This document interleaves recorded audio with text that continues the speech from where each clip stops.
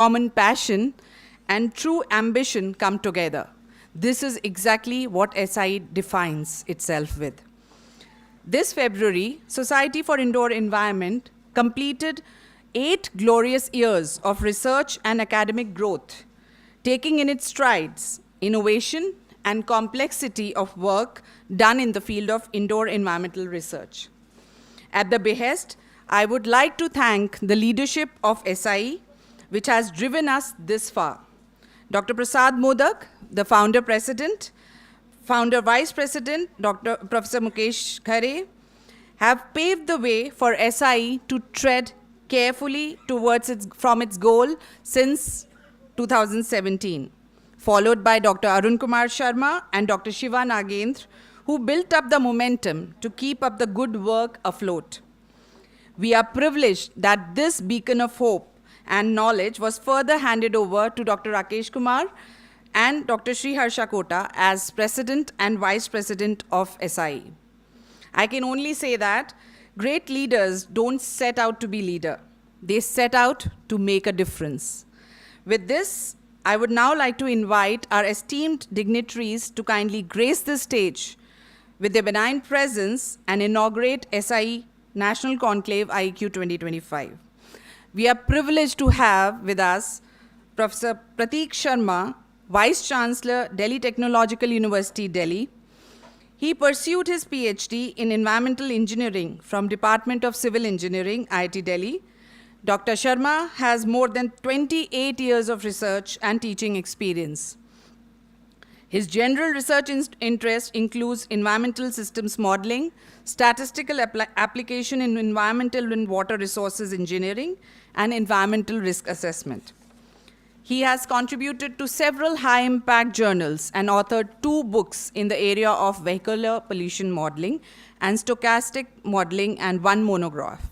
Prior to joining Delhi Technological University, he was with Terry School of Advanced Studies and worked for the School of Environment Management, GGS Indraprasth University for 8 years, where he was involved in developing the curriculum for master's program in environment management and disaster management. It is a privilege, sir, to welcome you here on behalf of SIE. May I please request you to please grace the stage with your presence.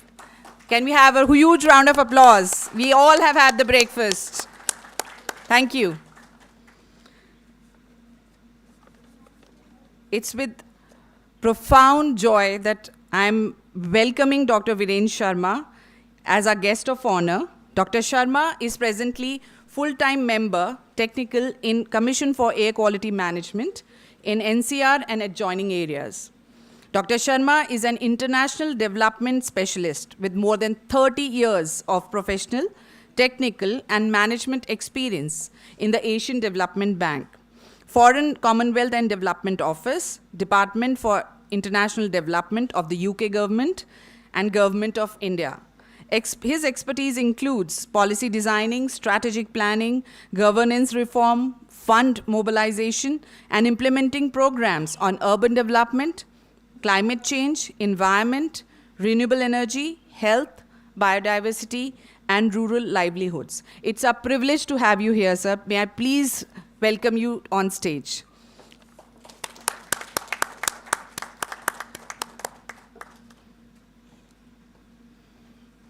Thank you, sir.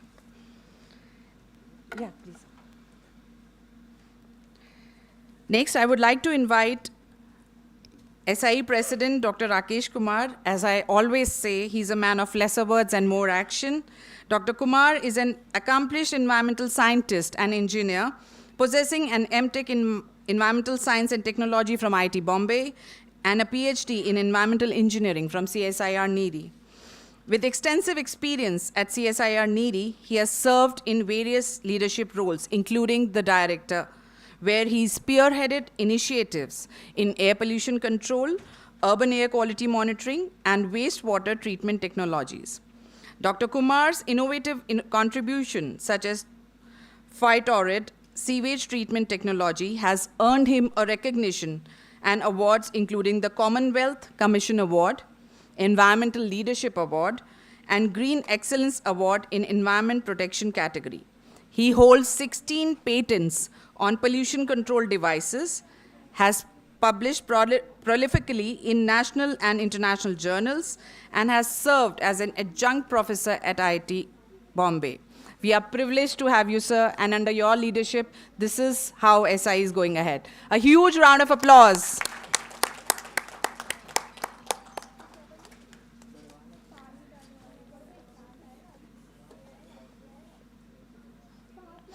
Next, I would like to call upon Dr. Radha Goel, Chair, IEQ 20. Oh, sir. Next, I'm so sorry. I'd like to call upon the patron, the person behind SIE, here with us today, Professor Mukesh Khare, Emeritus Professor, Environmental and Civil Engineering, IIT Delhi. Sir, please may we have you here. Lesser said, more it is about Professor Khare. Professor Khare is the patron of and founder patron of SIE. Can we have Dr. Radha Goel with us now for the inaugural address of IEQ 2025? She has been the backbone of SIE since the inception. She's one of the founding members of SIE and an expert in the field of indoor environmental quality. With this,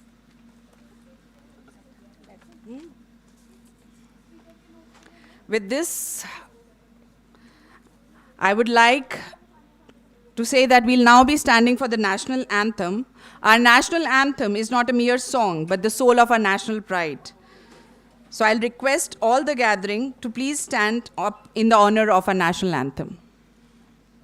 Jana Mana Adhinayak Jaya He Bharat Bhagya Vidhata Punjab Sindh Gujarat Maratha Dravida Uttara Vanga Vindhya Himachal Yamuna Ganga Uchchala Jaladhi Taranga Tab Shubh Naame Jage Tab Shubh Ashish Mange Gahe Tab Jaya Gatha Jan Gan Mangal Dayak Jaya He Bharat Bhagya Vidhata Jaya He Jaya He Jaya He Jaya Jaya Jaya Jaya He.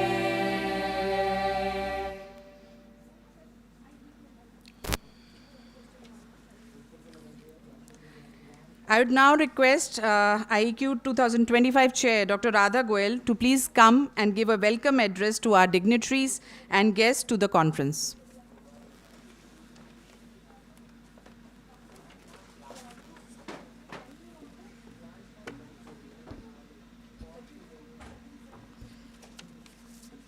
Thank you, Priyanka. A very good morning to all of you. The dignitaries on the dais, our chief guest of the day, Professor Prateek Sharma, Honorable Vice Chancellor, Delhi Technological University. Our guest of honor, Dr. Virendra Sharma, Technical Member, Commission on Air Quality Management. Dr. Professor Mukesh Khare, sir, Emeritus Professor at IIT Delhi, and Dr. Rakesh Kumar, sir, President, SI, Society for Indoor Environment. I would like, on behalf of entire organizing committee of SI, I would like to extend my deep heart welcome to all of you on the dais. So today, I would like to welcome you to this occasion of SI's National Conclave of Indoor Environmental Quality. We are starting with the schools. Why with the schools?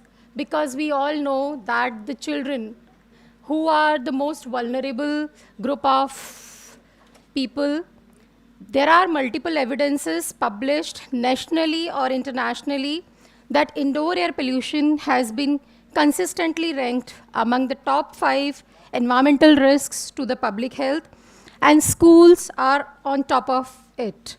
As the children are the most vulnerable to the pollution exposure than adult, so if environmental parameters in indoors are not fixed or appropriate, they directly affect the students' health, well-being, their cognitive ability. So therefore, maintaining a good indoor air quality is an important component for a healthy indoor environment, along with its right design, which can create an ideal environment in schools for learning to increase the productivity and as well as the well-being of children and ultimately to achieve their primary goal of education. The main aim of this conclave is to provide an excellent learning platform for schools and other educational institutes, the science and art behind indoor environmental quality, and how to improve the best IAQ intact through our we have a number of invited speakers, experts, practitioners. So this National Conclave 2025 has tried to bring all these aspects of indoor environmental quality, be it IAQ, acoustics, thermal comfort, building design and infrastructure, under one roof with much known experts from India and abroad. Also, this 2 days conclave will provide the platform to schools to share their own challenges, best practices for they are maintaining the good indoor environmental quality. I would also like to extend my deep sense of gratitude by welcoming all the distinguished panelists, invited speakers from research, academia, industry, government, policymakers, the presenting partner of IAQ Conclave 2025, Yoga Clean Air Solutions Private Limited, our lunch partner, Anupam Rasayan India Limited, knowledge partner, Healthy Buildings 2025, all the table partners, GAPS, Thermodyne, AES, J&, Company, our associated societies and institutions, and our all participating schools. On behalf of SI, I would like to welcome you to this 2 days National Conclave on Indoor Environmental Quality. It would not have been possible to bring this event without your support. I hope these 2 days will bring a full of knowledge, learning, sharing ideas and solutions to make our indoor spaces to be clean and breathable. Thank you so much. Thank you.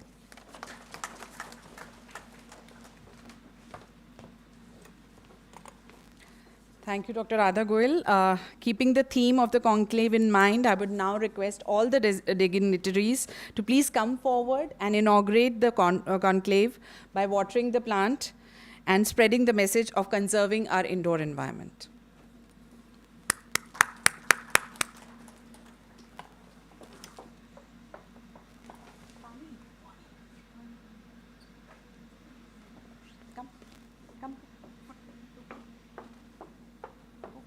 Ma'am वहाँ बोल के देना.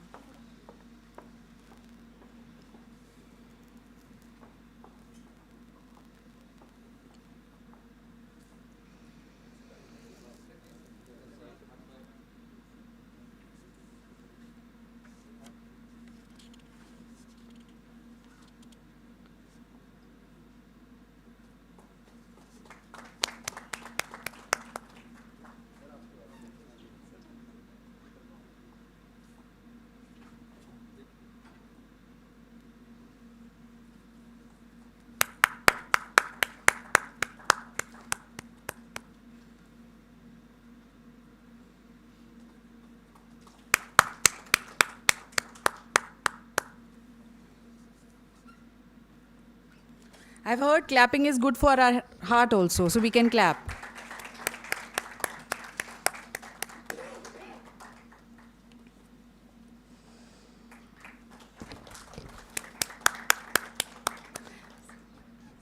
Thanks a lot to all the dignitaries. Now may I kindly request our guest of honor, Dr. Venin Sharma, to please come up on the stage and share his thoughts on the relevance of indoor environmental quality in research and policy making scenario in present day. Thank you, sir.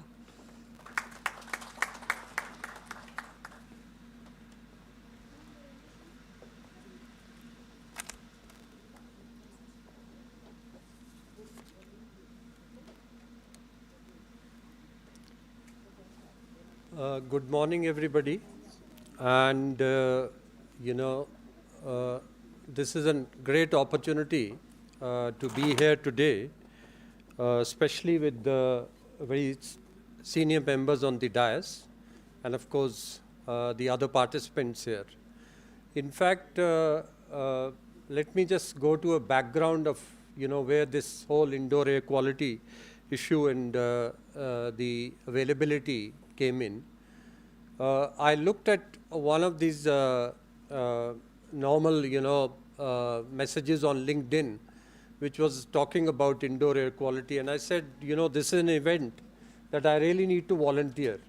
So in fact, I volunteered myself and wrote to the Society for Internal Environment that I need to be at this event because perhaps in our overall focus on the outdoor air quality, we have perhaps left behind the indoor air quality.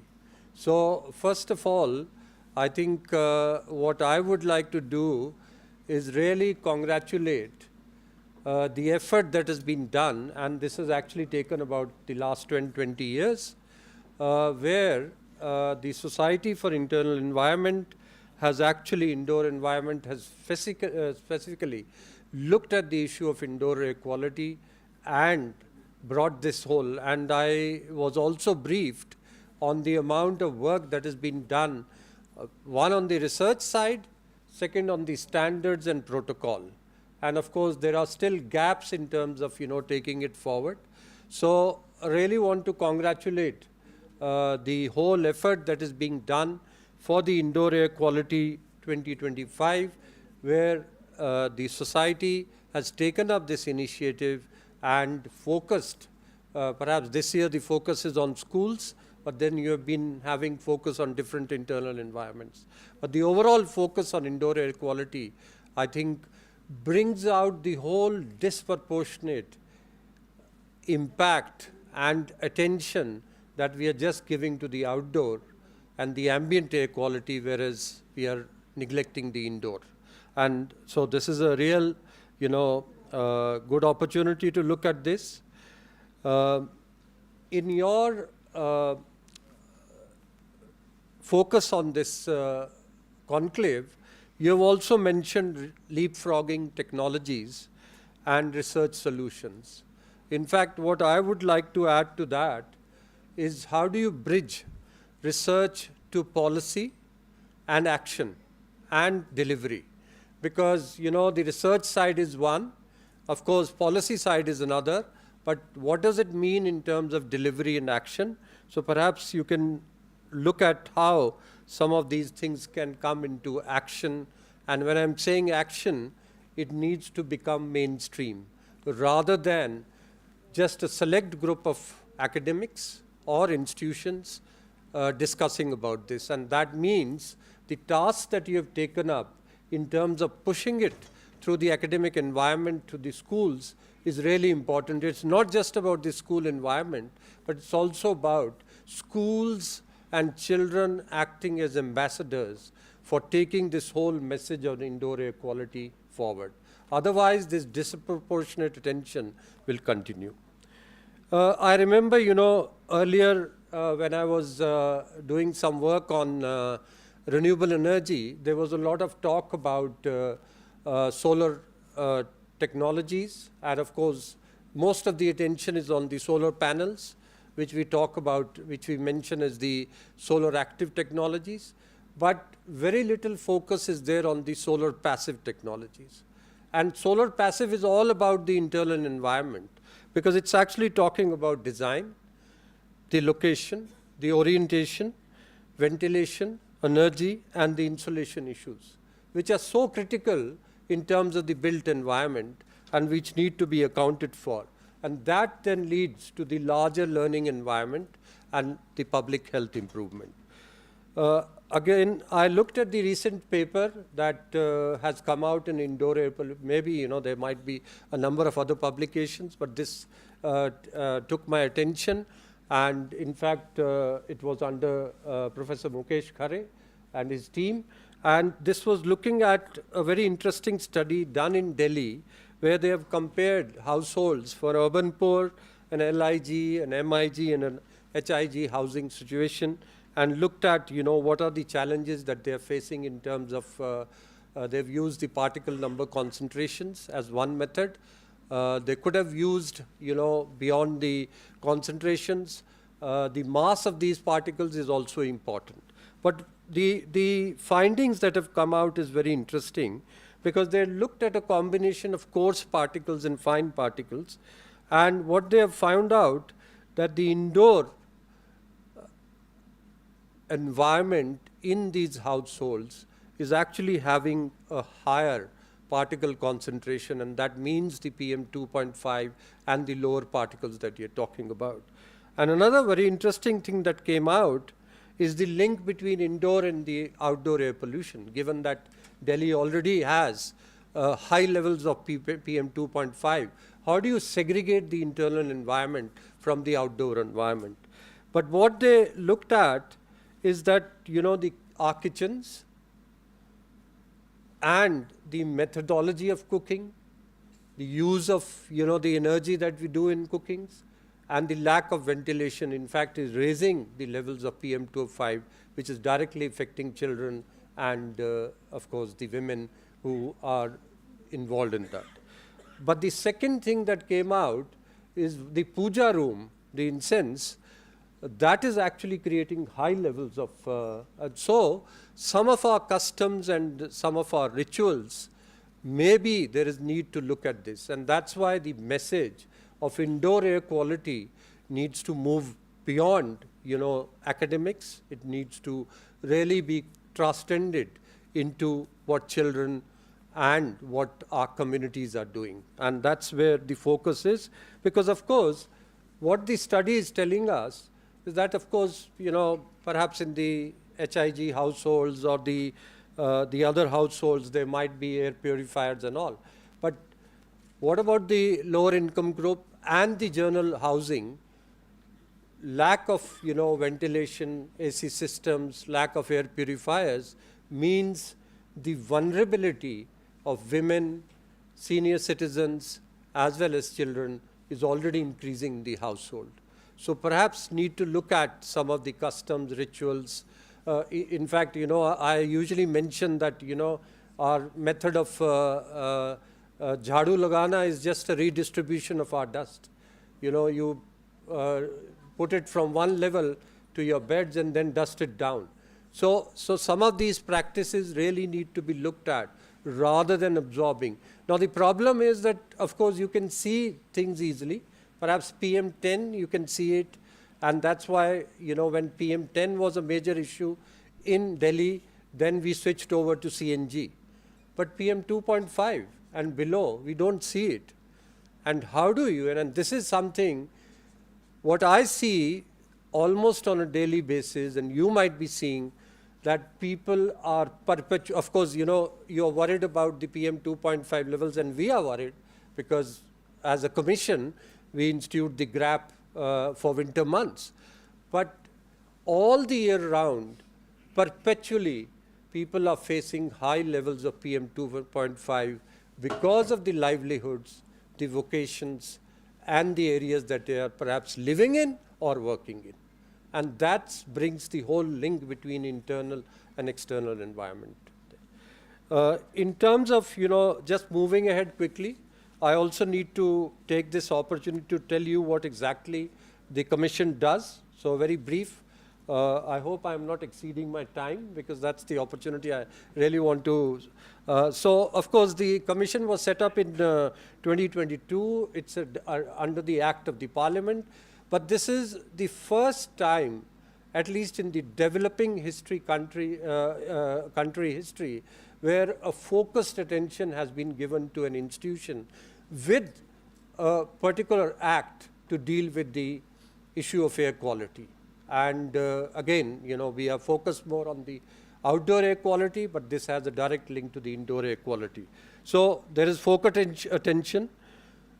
We are supposed to look at the parameters for air quality data. In fact, a lot of people I see here in the audience are actually working with us from IITs and other institutions on developing the emission inventories and the source apportionment studies, and they're involved with us in those. A lot of the work of the Commission is on statutory directions. So till date, from 2022 onwards, almost about 80 different statutory directions have been delivered. And these directions are about restrictions and closures. Now what happens is when you see MCD, DDA, the Delhi DSIDC, or whichever agencies in Delhi or the NCR working in these areas and trying to look at their individual actions and how they contribute to air quality, that's the area that Commission comes in to in terms of monitoring that, ensuring that there is delivery, regular verification, and also if the action is not being done, then prosecution and enforcement is again a part of that. And this whole idea about formulation of policy, monitoring and implementation, reporting and verification is important, because we are the only body which works over an airshed approach. I think most people are aware what an airshed is. Now, the whole talk is about airshed. So it's a continuum that we are talking about. It's not just Delhi, it's NCR. It's much wider than NCR. And that's why, we are working in Punjab, Haryana relating to stubble burning and the overall area. And that looks at multi-jurisdictional and multi-sectoral work on improving the air quality. Of course, how it is done, we are working in about 8 different sectors. So vehicular pollution, industrial, agriculture, stubble burning, dust management, construction and demolition waste, biomass burning, waste management, greening and plantation activities, and last of all is the dispersed sources program.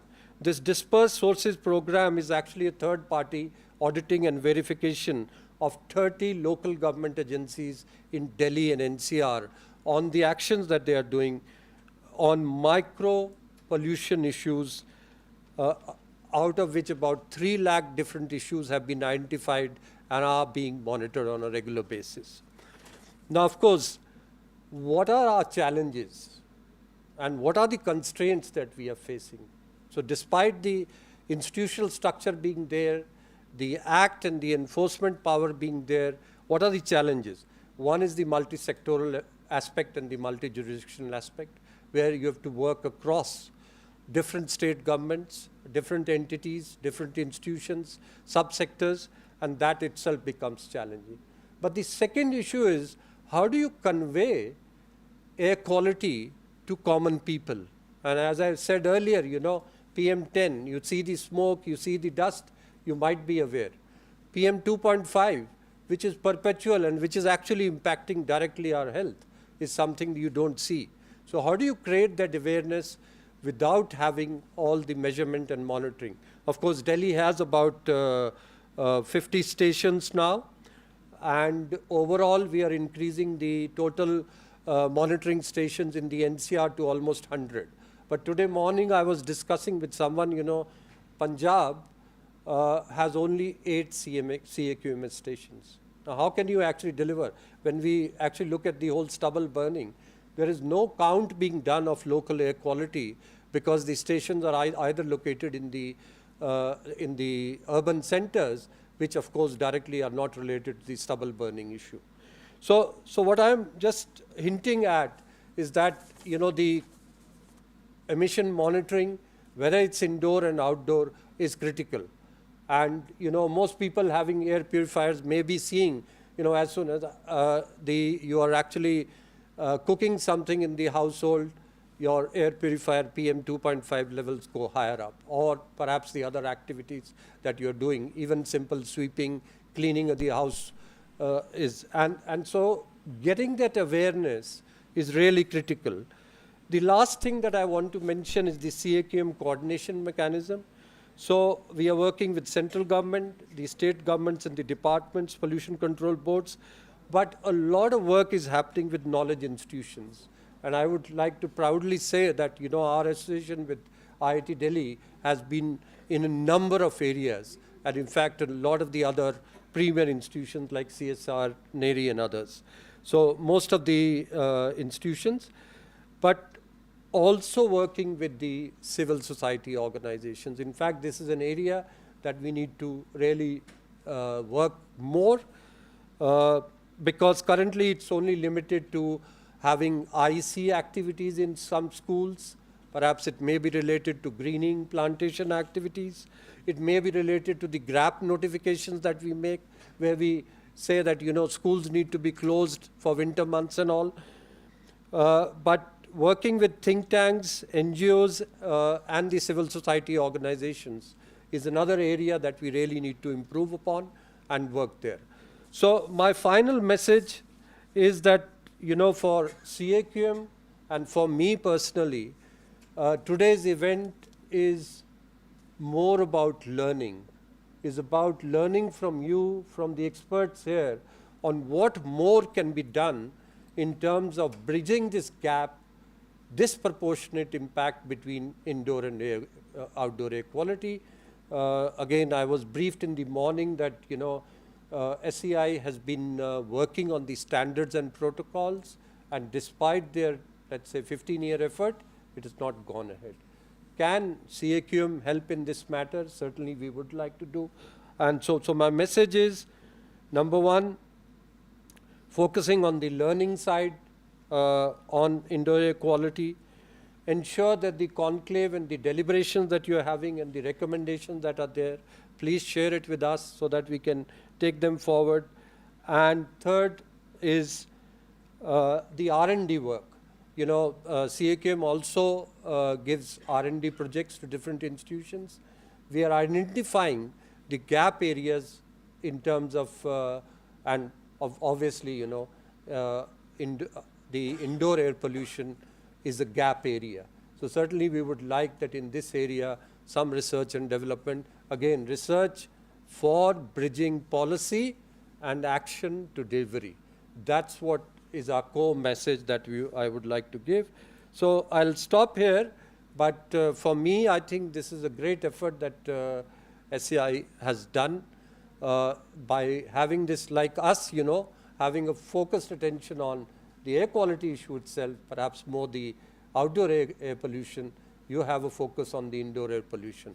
But collectively, I think we can work together and see how the bottlenecks that you're facing, the gaps that you're facing, we could take it forward because of our interface and close working with the central government and the state governments and the NCR.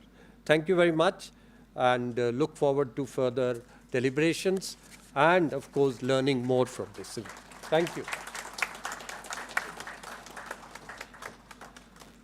Thank you, sir. And we are delighted to have so much knowledge sharing from you. In fact, since we were talking about incense sticks, so there was one anecdote that I would like to share. We were monitoring at a household where there was a pregnant lady. And surprisingly, the bedrooms had very high concentrations of PM 2.5 at night. So the idea was, why is it going at night? The concentrations, why are they so high at night? Then we got to know with the time activity patterns and questionnaire study that those high concentrations were due to the burning of camphor. I think that is recommended in certain communities or areas where it is said to be beneficial to the pregnant ladies. So not realizing, we really need to rethink, we really need to relook what are the practices which can be contributing to increasing the indoor air pollution in our microenvironments. So that is, thank you for addressing that for us, sir.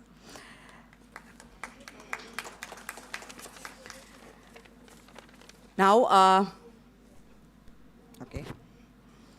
I'd like to call, and I always shake when I talk about him because he's my supervisor, PhD supervisor, and he's the person behind SIE. I'm privileged to have with us Professor Mukesh Khare today. Professor Emeritus, IIT Delhi. He's one of the leading and well-known names in academia and research in India and abroad. The people, most of you who see us here, are the branches to the roots of Professor Mukesh Khare. So can we have a huge round of applause for Professor Khare?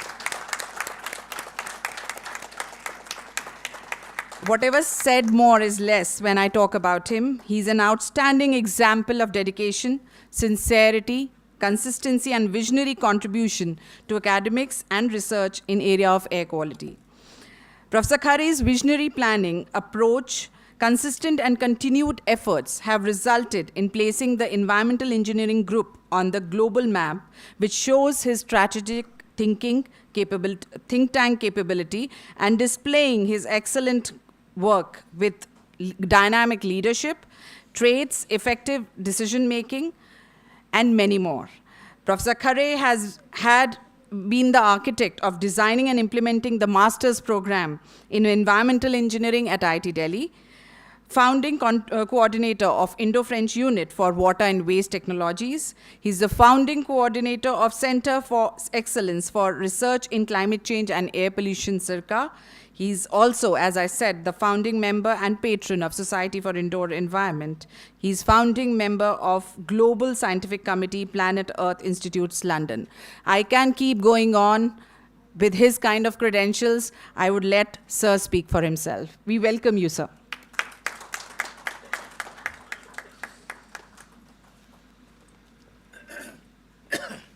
Thank you very much, and good morning to all. Dignitaries on the dais, I'm really glad to hear today with Mr. Sharma about the commission and its interest to give some R&D, association with the institution like IIT and other institutions in Delhi. I think it's required because indoor air pollution or indoor environmental quality is the gap area, which he rightly said. And we have to concentrate more on that. And thank you very much, Mr. Sharma. It's very encouraging that CAQM is, coming ahead to support this area.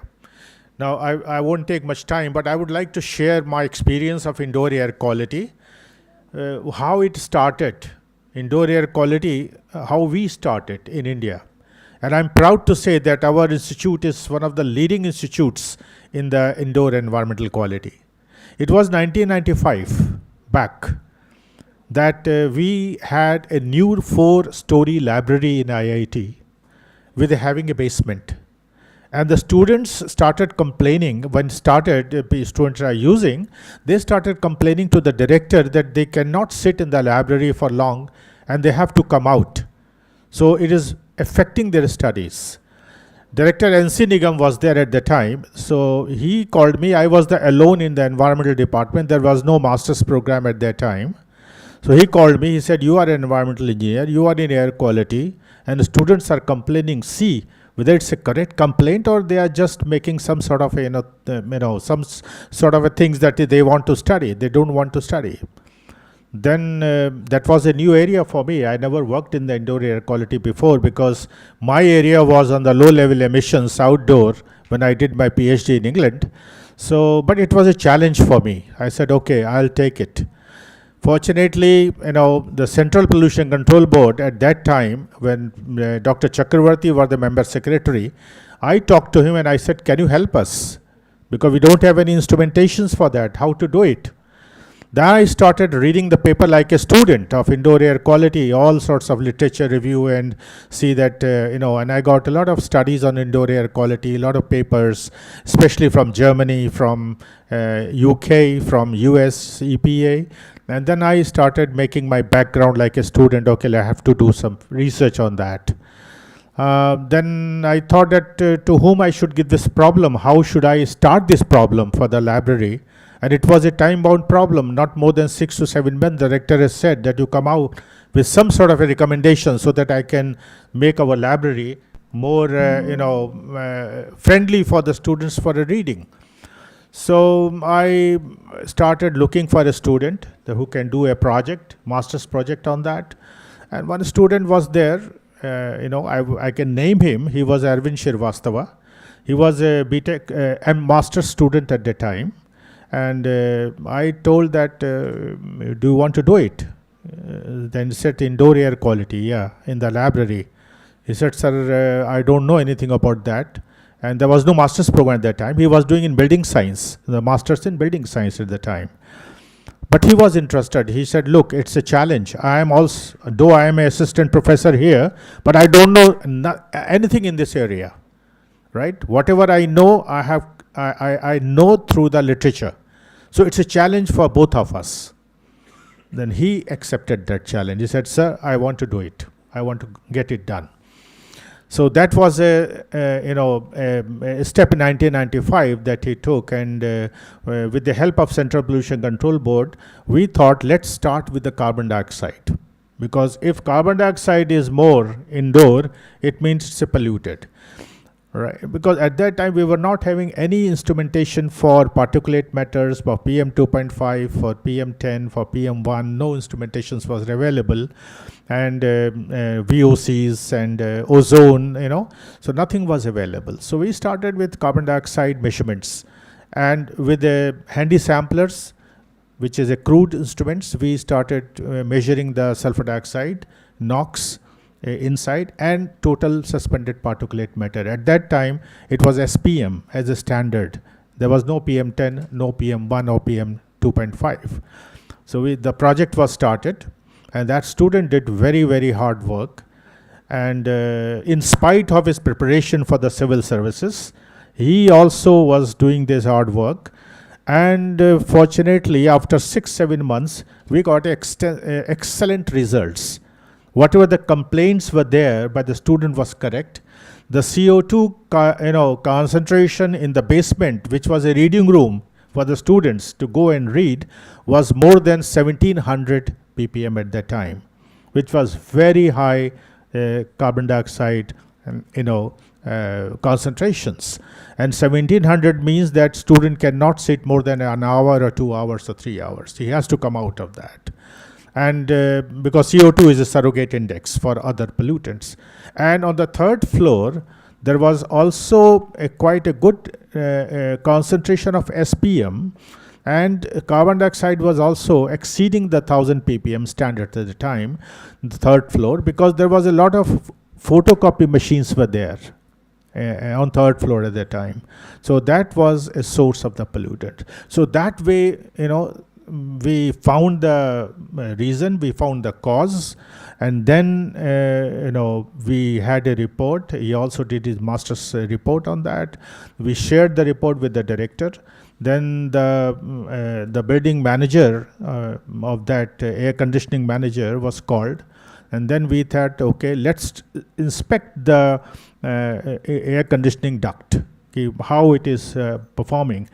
I was surprised, we were all surprised that the air conditioning manager who was responsible for running the centralized air conditioning system was using 100% recycled air. And the duct was completely full of fungal growth. So that was the reason of the enhancement in the carbon dioxide level at that time. So the work was published in the international journals, which we published. And I think Pratik Sharma was doing at the time PhD with me, and he helped me in writing the papers because that student was selected in IPS. He joined. So I think he was the person, and Radha was the person. We made a paper on that, and we published 2 or 3 publications. So that was a cut point for us to start the indoor air quality, and that gave me a lot of interest. So why should not we start this area? It's a good area to work on that. And since then, we did not look back. We did a lot of work on that, on indoor air quality, and now I can say very proud that we had a very good lab in our, environmental engineering lab over there. We did plenty of projects. And the Radha Goel, Priyanka, these are all the product of IIT Delhi, and get huge, publications in the area of indoor air quality. And I think this is a good area, and I would like to appeal, or I would like to request the Commission that please help us. We have a good resource here. And the paper which you have just mentioned is a recent publication from this girl who's sitting over there from the Delhi Technological University. And she's doing so hard work with the availability of less instrumentation. So I think we need to enhance our instrumentation program for indoor air quality as US EPA is having. We need to have an indoor air quality cell in the Central Pollution Control Board. We need to get support from the government institutions so that our academic institution can work more on that, and our standards and protocol, as you rightly said, 15 years back we gave to CPCB. I think it's a time to have our standards and protocol. We don't have any IAQ standards here in India, and we are developing fast. So I think that is the work which we need, and I request, the government institution to support us. And with this, I think I won't take much more time. I would give all the best to the organizers of this, conclave, and I think we will have some sort of a good recommendations from this conclave, so that we can send it or share with the COQM and CPCB and ministry, so that we can go ahead with the more concrete standards and protocols, with a time bound, so that we can come with, at least for school buildings where the children are very sensitive to the indoor air quality, in the next 2-3 years time, we should have some sort of a standards and protocols for that. Thank you very much for inviting me to share my experience, and all the best to the organizers and all the best to the participant. Thank you. Thank you, sir, for your words of wisdom. We are honored to have you here, sir, and we'll always need your back when we talk about SIE. We are honored to have our esteemed chief guest with us today, whose presence elevates this occasion to new heights. We have known Professor Prateek Sharma for past 2 decades, and it is with pride that I say that we share our academic lineage with him. Thanks a lot, sir, for taking out your precious time from your hectic schedule. May I welcome you, sir, please. A round of applause, please. So good morning, all of you, and a very distinguished panel here, and the distinguished members in the audience also. It's a matter of great pride and privilege to be part of this discussion. And in fact, I also happen to be Professor Khare's first PhD scholar. And in fact, the story that he narrated about the indoor air quality, how it all started, in fact, I am the rare privilege of being part of that same story. And in fact, I do remember there are certain things which happen by some divine arrangements. Incidentally, Arvind Shrivastava also happened to be my junior from my school, and also his brother was my class fellow. And incidentally, when I joined for my PhD program in December 1994, we were discussing about, what exactly would be the problem. And in fact, Professor Khare used to take me to CRRI, because this was clear that we wanted to work something on the vehicular pollution. And also several rounds to CPCB. And when we entered 1995, I still remember, it's very vivid in my memory. In fact, Arvind had a small notebook, not a long size notebook, in which what he was telling, he had collected, based on the questionnaire of the receptors who are there, who used to sit in the library, and a very comprehensive work that he had done. And I was very new to the PhD program, just 6 months old. And that data that he had collected painstakingly, and obviously later on that time he qualified his IPS, and then later on he stood 7th in the All India ranking, became a civil servant. And Professor Khare actually handed over those notes to me, and the small notebook and some material that he had gathered. And he said, इस पे कुछ काम करना है, इसको देखो कुछ paper बन सकता है कि नहीं बन सकता है. I'm just imagine, this is what in fact has been my learning, that immediately, you usually when you enter your PhD, you start your literature work and try to identify the problems, gap areas, and based on that you formulate your PhD problem accordingly. And this is something that came to me from him, that इस पे कुछ करो. And this is how, the best teachers, what they do is they give you certain things and challenge you, and you try to, come up to that challenge and try to do the best that you can. In fact, what he also narrated was there was a challenge that was given to him by the director, and which obviously I won't repeat what he has said. And, but then, I was and still I continue to be a very, not a very silent person. And so I didn't protest कि sir ये आपने क्या दे दिया, मैं क्या करूँगा इसमें. So then, but I thought there's something that needs to be done. Thankfully, the material was there with me. And the first 2 papers, which in fact I published, were immediately, was thanks to that raw data which was gathered by Arvind and which was given to me by Professor Khare. And one was an international conference at Nagoya, Japan. And the entire compilation still stays in his room in his room at IIT, the civil department. And there was another international journal in which we published.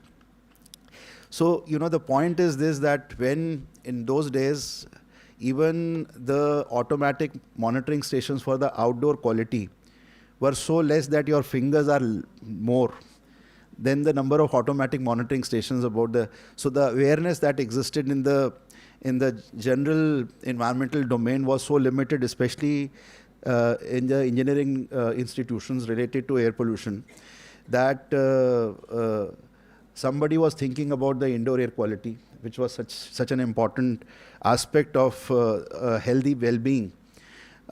Because for the simple reason, the most sensitive sensor is your human body and your sensory organs. The moment you enter into a sick building or a building, your body starts responding to that. And in fact, all the vocabulary and the associated terminology which I was exposed to was this only, the sick building syndrome, that typically one experiences by having certain those symptoms that one experiences immediately the moment a person enters a particular building, which is sick in terms of the various indoor air quality parameters. And obviously you don't need, obviously sophisticated instruments are required to actually find out at a micro level what are the pollutants or what are the sources of pollutants. But one of the best indicators, gross indicators, is how human body responds to the indoor air quality. And that was the basis of the entire study.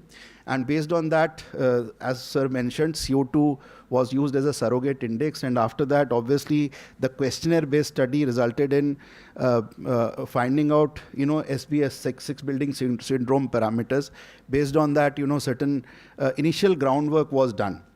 And after that, obviously, there are so many, there was a whole PhD done in the area of indoor air quality by Dr. Radha, who also incidentally happens to be my student from IP University, first batch. So I mean, these are things which basically gives us a sense of satisfaction and sort of, with all humility, I would say pride that, we have been associated with something which has taken a shape like this. And now, in fact, Dr. Sharma mentioned about the monitoring stations. In fact, there was a time in Delhi only one automatic monitoring station was there, and we used to actually go and write down the data for collecting data at ITO. And now the research is so easy to do, so to say, that at your fingertips the data is available, and one can always collect that data and do all various statistical techniques one can apply, or that use can data for simulation, deterministically also, otherwise also. That is something, so many things have changed now. One of the most important things still remains is this, that as Professor Khare also mentioned, is still we continue to be, there is nothing in the context of indoor air quality, there are no standards. And in fact, somehow we still focus only on the urban buildings. But if we go to the villages, and in fact, if we, the Honorable Prime Minister has mentioned something about the dream that he has, seen for the Viksit Bharat by 2047, is one of those indicators is to provide access to clean energy in the rural areas.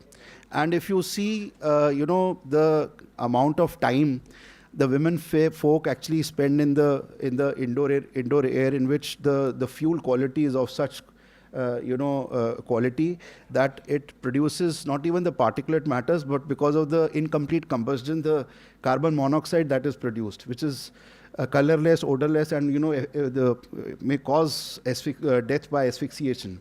So I mean, this is one area in which a lot needs to be done, and how we are going to address that aspect, how we are going to provide access to clean energy to our, rural folks, so that, the exposure to the harmful emissions which result from the relatively less cleaner fuel are reduced. And again, that this is something that needs to be addressed. And then we come to the urban areas. This is something again needs to be thought about. That in fact, Dr. Sharma also mentioned about, it has been established that the very high correlation exists between the indoor and outdoor pollution levels. But then again, somehow we are also, not considering the location of our buildings. The buildings are coming up just next to the roads, and the distance, with respect to the roads is so less that not even it causes, to the occupants the noise pollution associated with that, with no noise pollution barriers, but also the possibility of the pollutants entering into our homes. Because we in India, I mean, you can see just if you cross AIMS, just to cite an example, the tall buildings are coming up, something which again is something is a matter of concern.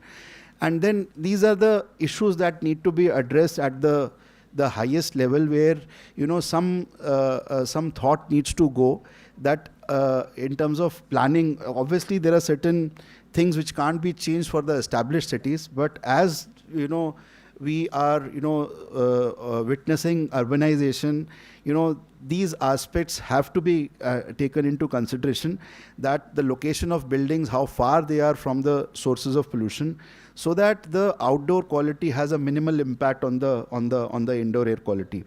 Similarly, a lot needs to be done, especially when the theme of the day is for the schools. Again, in Delhi, one can see there are so many schools which are in proximity, very close to the streets, where the exposure to the students, which are actually is immense, and to the teachers obviously is immense. So, I mean, what best can be done, lot needs to be done in terms of, because of the tendency of the pollutant to remain in the lower stretches. I mean, one needs to research on these aspects also, by what impact it will have on the air quality by building tall barriers, so to say, so that the buildings which are in the close proximity of the roads, where continuous traffic is there. So these are certain issues that need to be taken into consideration. And one more aspect that in fact we have been suggesting and advocating is about the exposure assessment studies. In fact, ultimately, whatever monitoring we may do in the indoor environment or outdoor environment, the most important ultimate is how much the receptor is getting impacted in terms of the health risk assessments. Just, we don't have the standards for indoor air quality. Still, we are continuing to use the US EPA risk assessment standards. And we don't have our own parameters for various factors which are required to compute the health risks associated with the exposure. So once we have those for the Indian conditions, because ultimately the purpose of monitoring is to actually make an assessment of the pollutant, because if you see starting from the emission to the receptor, it is not about just, the story doesn't end only at the receptor, that okay, you have monitored and you have measured the values and you have compared with the standard values. The ultimate thing is how it is impacting the human health. So in terms of both the carcinogens as well as non-carcinogens, and in terms of what are the health risks associated with a given exposure and the duration of exposure. So for that, a lot needs to be done, both in the context of, the occupational health, especially, and also people, working in the indoor environments, and how much duration of exposure, and for the frequency of exposure will result in a irreversible damage to the human body, or resulting in chronic diseases which actually have been established in most of the PSM departments of the government hospitals. But a lot needs to be done in terms of also when we, as a civil engineer, in terms of buildings, the quality of the material which is being used. Sir mentioned about the photocopy machine in library. I mean, likewise, what kind of material is being used for the painting of walls and the polishing and other, with the, so many microplastics coming into our existence. So a lot needs to be done in terms of, quantifying these sources of pollution in the, not even in the outdoor, but because the theme is of indoor, in the indoor environment, a lot needs to be done. And once we are able to establish all these things in the indoor environment, we'll be able to identify, create a list of do's and don'ts, exactly what kind of material to be used, because now civil engineering alone, or for that matter any engineering, is not just limited to the domain. It has basically crossed the disciplinary boundaries, and everything is basically connected towards sustainability and to the environmental aspects associated with that. So therefore, all these are areas in which the academic institutions have to work. And as Dr. Sharma also mentioned, there is a need that academic institutions join hands with the government and the other stakeholders, for the simple reason that the government institutions, primarily the job of government institutions is to execute. I mean, obviously, because of the positive, I mean, obviously there are certain institutions like NEERI where, primarily the job is to do fundamental research. But again, if you come to the other government bodies, the primary objective is to do the execution part. So therefore, in fact, this is something I would like to use this opportunity to convey. In fact, I was mentioning to Dr. Sharma also about this. We have created a Center for Community Development and Research in Delhi Technological University, where we are creating a repository of societal problems, and which relates to indoor air quality, outdoor air quality, traffic congestion, water pollution, solid waste, and these repository of problems will be shared as depending on the enormity of the problem with the BTech, MTech and PhD scholars. And the recommendations which basically emerge from the dissertation would be shared with the stakeholders for the purposes of, as he also mentioned, evidence-based research. And you get, it's a win-win situation for everyone if the organizations like CAQM provides us the problem statement. We provide the free working hands to work on those problems. And the students also get an opportunity to identify what the problems are, and they are actually part of the solution to that particular problem.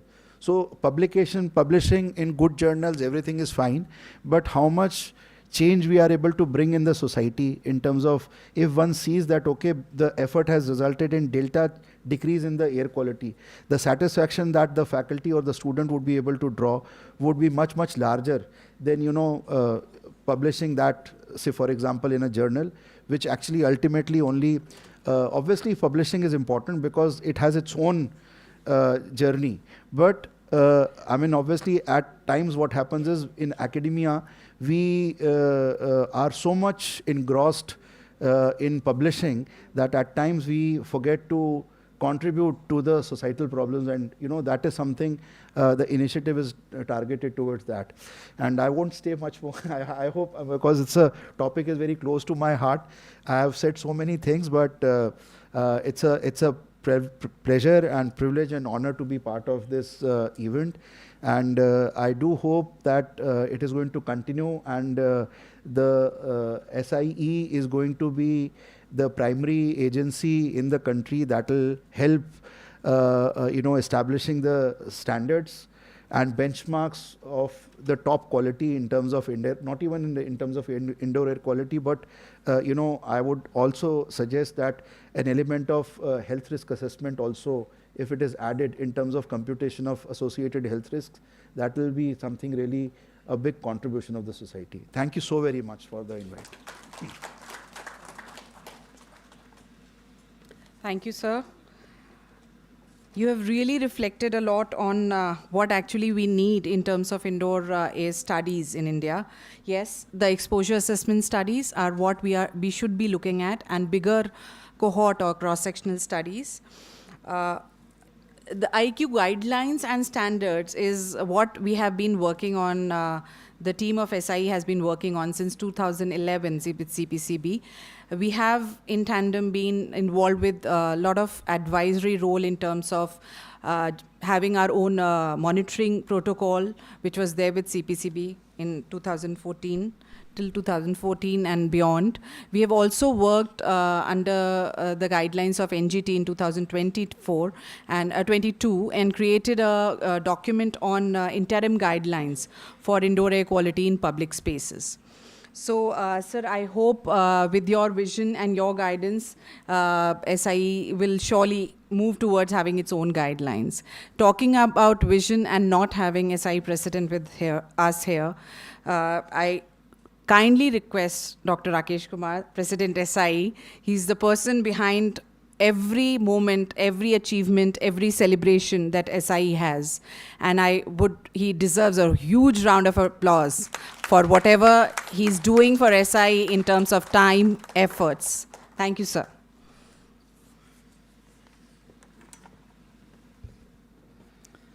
Thank you, Priyanka, and good morning to all of you.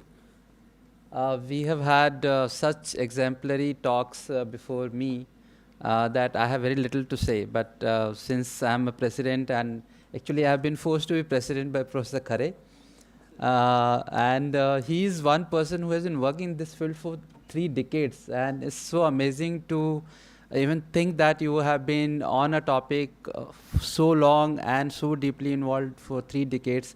Is an amazing thing, and I wish if any award has to go like Padma Shri and all that, it should go to person like Professor Khare. But we all know whether that comes or not. We, all of us who have seen him and people like him working in this field, that he is a real teacher and he wants to contribute in this field. So since everyone has told few stories, I would also say 2 or 3 stories, which actually connects with indoor air quality and why we have not bothered about so much. Though our major focus has been on indoor air quality and that's it. But finally, when you see the Society for Indoor Environment, it is not only air quality, it has many other things as well. So the kind of lights that we have in our houses, like kind of noise that we have in our auditorium, the acoustic that is there in the odor issue, which may or may not be primarily air quality, the moisture related issues, the kind of design which I think was amply covered in terms of urban design as well. These are all part of Society for Indoor Environment domain. So we do, of course, the major issue of discussion has been air quality, and therefore this society exists. So why this story is important for me to share is that at once, National Stock Exchange in Mumbai shifted from the South Mumbai side to Bandra Kurla complex, which is next to Mithi River, which is highly polluted. So Mithi River is water pollution, right? So nothing to do with air pollution as such. But they had almost 3 times of breakage in their hardwares, and they couldn't figure it out why their computer system, the hardware system, which is in the basement, which is highly protected and highly under severe security system. Not many people are going, and why is this breakage is happening? And so they did everything. They changed air conditioner, they did the mopping thing much more, and everything else that they could do. They reduced their only 10 person who were working in that area to only 2, automated everything, and still nothing happened. So then they got in touch. I don't know how the names came around, and they got in touch with us. So I said, okay, let's go. And we also couldn't figure out what is actually happening. So over a period of time when we were unable to do conventional sampling and figure out what the concentration of certain pollutants were there, because we are from environment, so we found it easier that it has to be some pollutant which is there. So then we started concentrating our sampling system. So earlier sample you do for 8 hours, 24 hours. We did same parameters for sampling for almost 3 days, 4 days. And when we did that, we realized that the Mithi River H2S, hydrogen sulfide, which was getting emitted due to sewage flowing into it, in a very, very small concentration through the air conditioners were coming into their basement. And since H2S is a corrosive gas, and where the hard drives move, there is the RPM speed of the hard drives are very, very high. The local temperature is very high. In that place, it was corroding it, and all of these hard disks were actually breaking because of these numbers of very small concentration of hydrogen sulfide. So of course they did a lot of correction. Their system has now improved and is doing well. So that was part of one story, that why sometimes the conventional method of sampling and standards may not be able to give us the solution till we go deeper into it. And that's where professor and academics come into picture, because they have time and intent both to do and go deeper into it. The second story is relating to a poor village area, which I keep reciting every time, but that's very important. That in villages, a lot of people believe that the women who are cooking, which was very rightly pointed out, they are exposed maximum, and there are a whole lot of literature and papers which have been published, our own researchers as well as Professor Kirk Smith and others. What is actually seen is that the women in the villages are waiting for their very young son to get married as quickly as possible. And the reason is not that she wants to feel happy about her son getting married. She wants to feel relieved that now she doesn't have to cook, and there is a bahu which will come and cook in the kitchen, which is highly polluted. And when I was working with Dr. Nifadkar, who is running an association of asthma coalition, it is called. And when we visited a couple of villages, we realized this is actually a social problem. It's not a technical issue. So because we want to keep our women not to be seen from outside people, our windows, which used to be bigger in kitchen, they got closed or they got constricted. Since we do not want thieves to enter into our house, so our chimneys which were there above for ventilation, that got closed. So now women are actually cooking in a very constrained atmosphere, and they are all the time coughing. The TB incidents in villages, which should not be there because it's a much cleaner place, is much, much higher. So why I was saying it's not a technological issues, when we started discussing with people there, we realized that the issue is only ventilation. It's nothing to do with no indoor air purifier or anything of that kind. When we told them your house has only ventilation issue, on their own they figured it out what they need to do. So sometimes awareness is the kind of work that we need to do from this society, and that's what this society is all about. We want to look at this.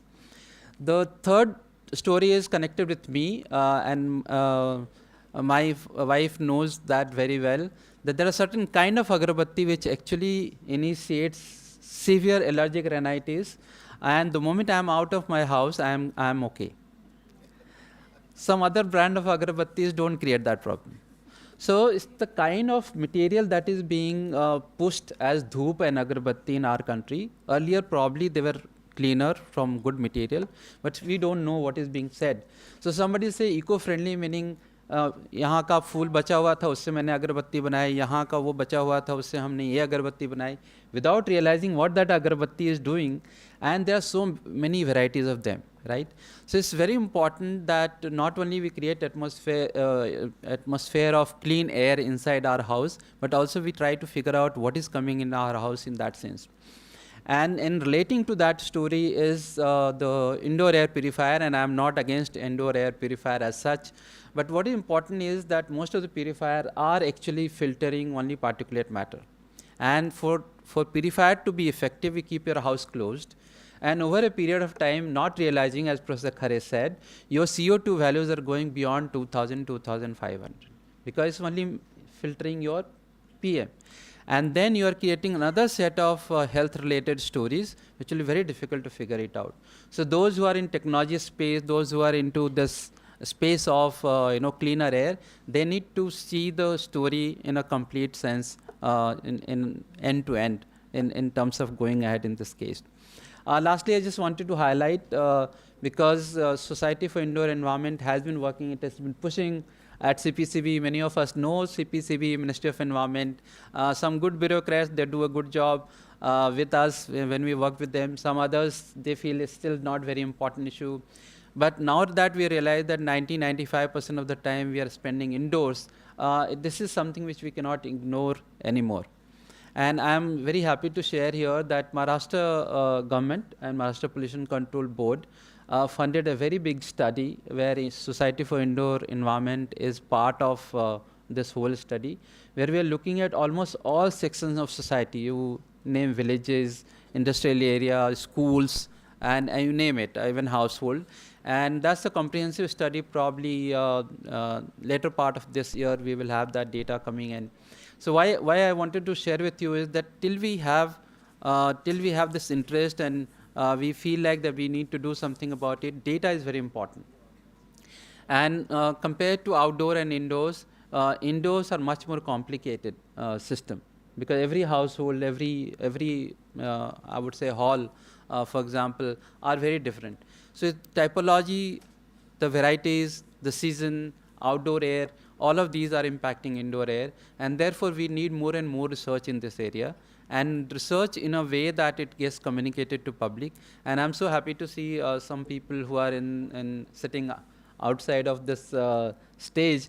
They are much more expert, and they'll be speaking later on in the conference, and they'll share with us. So I look forward to more research ideas, and as Dr. Sharma talked about DTUs putting a list together, probably we should, it's a very welcome thing to do, because many times researchers find what topics to work on. And now you have a topic ready-made and you solve the problem. So thank you everyone for coming here and being part of this journey of indoor environment. Thank you very much. Thank you, sir. The kind of hope that we have with you and the kind of vision you have for SI will surely take it places. Before we move forward, I would also like to take a moment to thank our partners, without whose support this event would not have been possible. I would like to thank our presenting partner, Your Own Green Area, lunch partner, Anupam Rasayan India Limited, table partners, J&Co Air Exchange Solutions, GEPS and Thermodyne, plantation partner, Envirotech, and knowledge partners, Healthy Buildings 2025, which is scheduled for August 2025. A huge round of applause for these partners, please. Collaboration is the key to success. Teamwork makes the dream work. SIE has been privileged to have achieved tangible success with collaboration with its partners. We are proud to launch 2 of SI's booklet today in presence of this auspicious gathering that we have. The first booklet that we have is Safe Breathing Spaces. That is, and I'm delighted to call upon SI team and yoga team on stage to please come forward and help us launch this booklet with all the dignitaries on stage. SI team and yoga team. There is no inspiration to come on stage. Let's create the inspiration, please.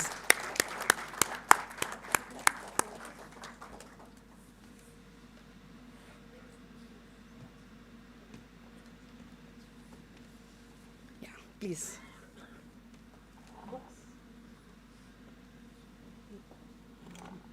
Yeah. SI team? May I call upon SI team members? We have the president here, the vice president, Dr. Suman Chintala, Dr. Radha Goyal is here, Dr. Pratima Singh, Dr. Shukla Das, Dr. Nilima Gupta, Dr. Sachin Pawar, Mr. Sachin Pawar, Mr. Sameer Srivastav, Dr. Namrata, Dr. Ravindra Khewal. May I please have the SI team with us? And the team from yoga. Names? Sagar, Gaurav. Can we have yoga team with us? Sagar, Mr. Gaurav. It's okay, that will do it. Okay. May I also request our keynote speaker, Professor Prashant Kumar, to please be here for the launch with us. Professor Kumar, please. Thank you. Professor Kumar. Professor Kumar, please. हाँ आगे आगे आगे आइए आइए All together. आइए ma'am. Please. हाँ let's आइए सागर. These are the people who have made this booklet possible in a very specific amount of time. And this is a booklet. This booklet delves in the dynamics of priority pollutants in naturally and mechanically ventilated schools of Delhi. It is one of the outcome of the SI school project, Air Indoor Monitoring in Schools, AIMS. I hope you have all got the booklets with you. Please lay your hands on it. Go through it. May I also have Rishikesh and Akhila here on stage?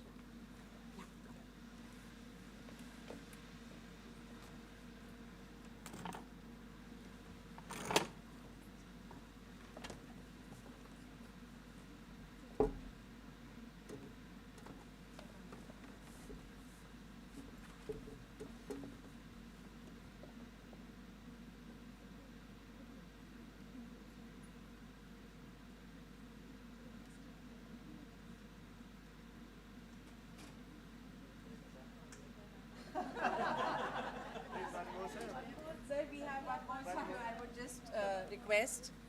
Can we have the other booklet also?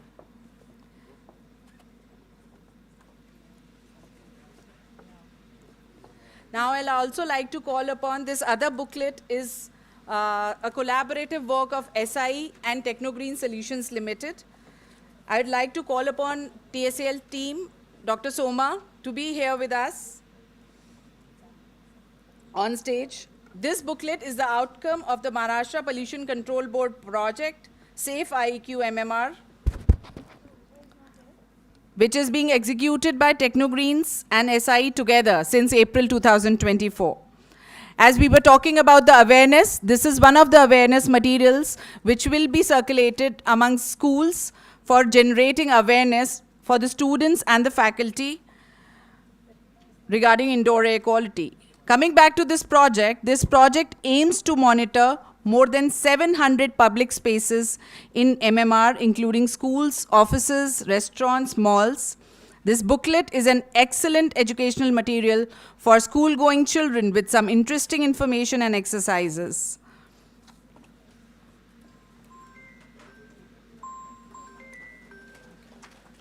Thanks a lot to our partners, TSL and Yoga.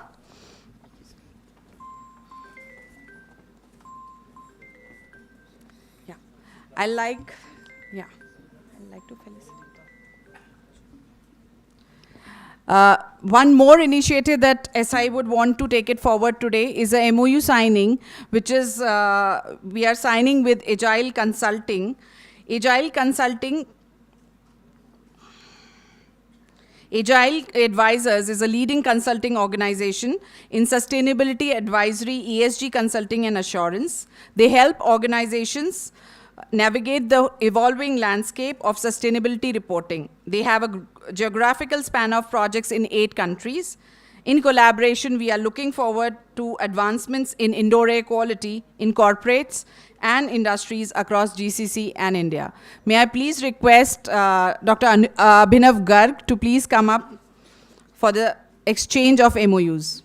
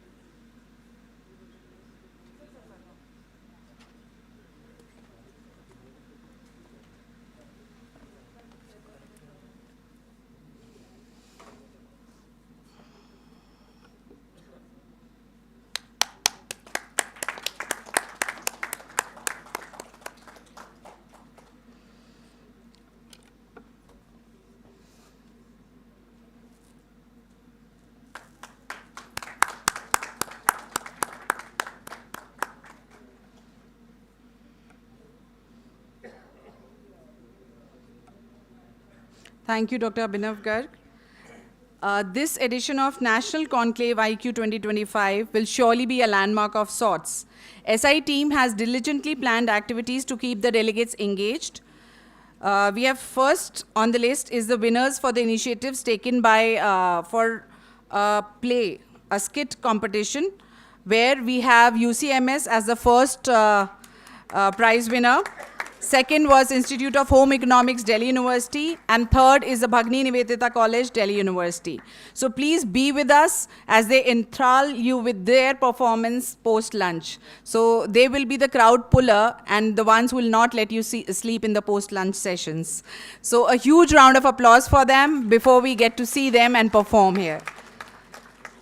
Next, we have the school initiatives which have been evaluated by SI on different criterias like ventilation practices, biophilic design, and IAQ. The best prize for IAQ in K plus 12 school category goes to Vasant Valley. Do we have anyone from Vasant Valley here?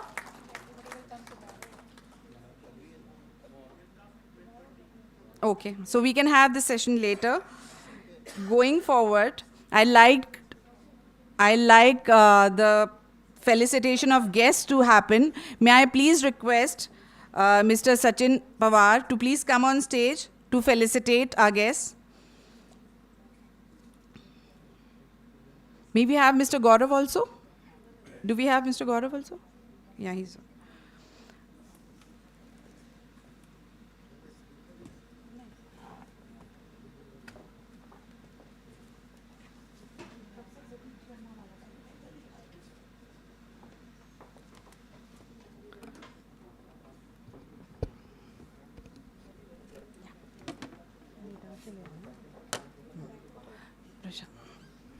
Thank you, Prateek sir, for being with us, giving your valuable time for our initiatives.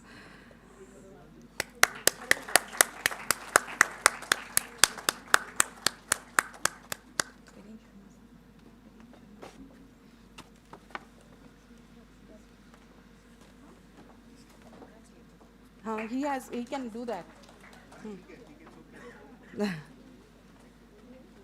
Thank you. May I please request Professor Ravinder Khewal to please felicitate our guest of honor.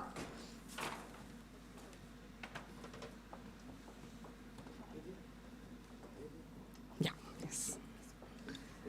Dr. Viren Sharma.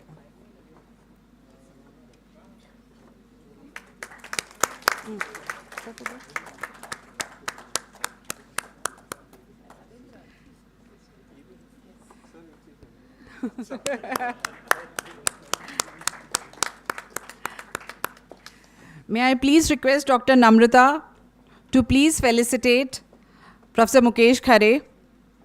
Let the applause going, please. Thank you.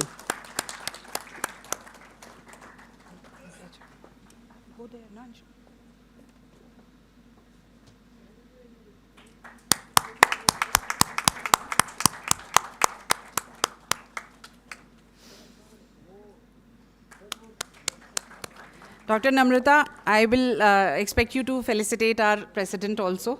Yeah. So may I request you to please felicitate Dr. Rakesh Kumar.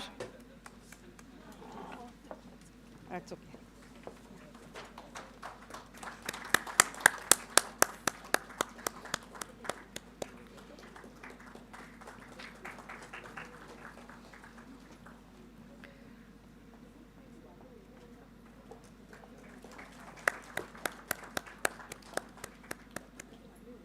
Now I'll request myself to felicitate Dr. Radha Goyal for being the chair.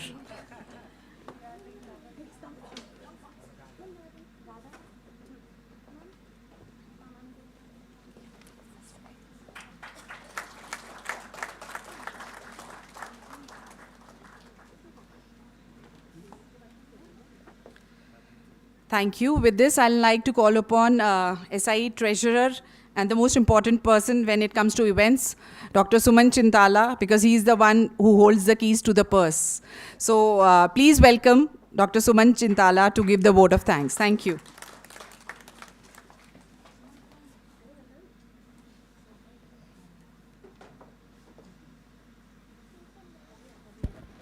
Good afternoon, everyone. As we conclude the inaugural session of the National Conclave on the Indoor Environmental Quality IQ 2025, it's my privilege to extend a heartful vote of thanks on behalf of Society for Indoor Environment. First and foremost, I extend my sincere gratitude to our chief guest, Professor Pratik Sharma, Vice Chancellor, Delhi Technology University, and our guest of honor, Dr. Viren Sharma, sir, from MOEF CC Government of India, from CAQM Government of India. And I thank them for spending their valuable time for joining this inaugural event.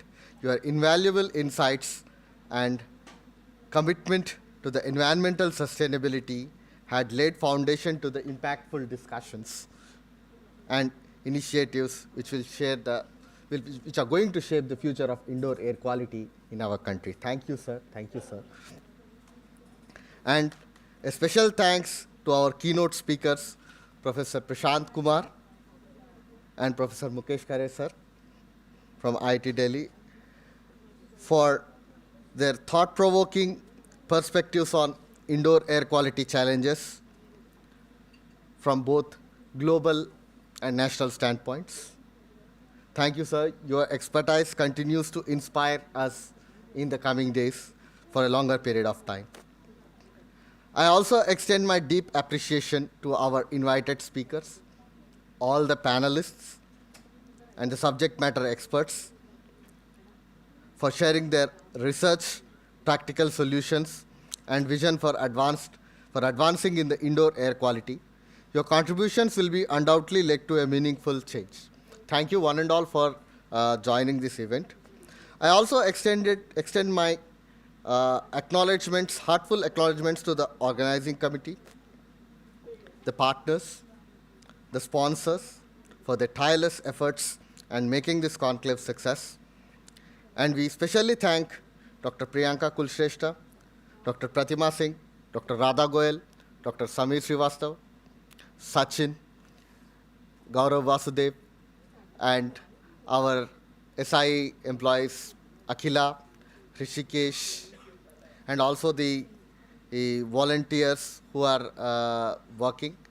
I forgot to mention Ms. Purnima and her teammate Bhavna, who have also worked a lot for this event. And I have my deepest gratitude to our sponsors and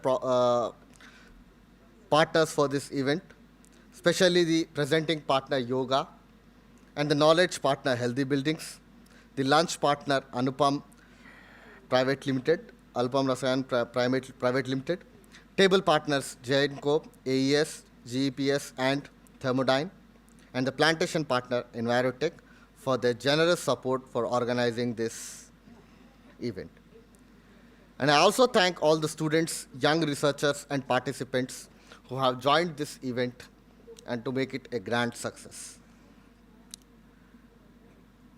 I also extend my thanks to all the distinguished guests, attendees, and stakeholders for your presence, participation, and constant support.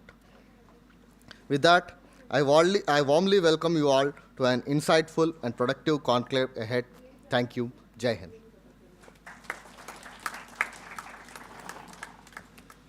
Thank you, guests. Before leaving, I have a small request. There are a lot of people who missed being here and they were in the background working. So either you see the people who don't work or you see the people you don't see the people who work. So I'd like to call upon my colleagues, Dr. Pratima Singh, Dr. Suman Chintala, for one picture with the guests.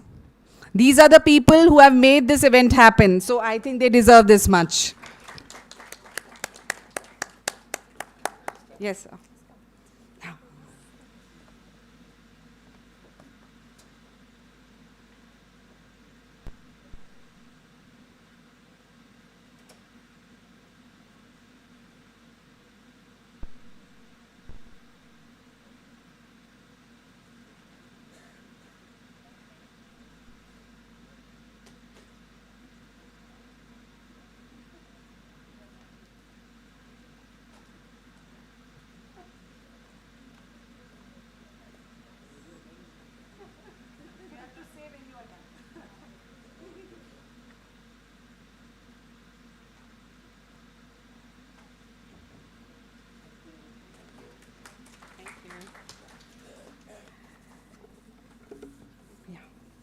Thank you all our guests for giving your precious time to us.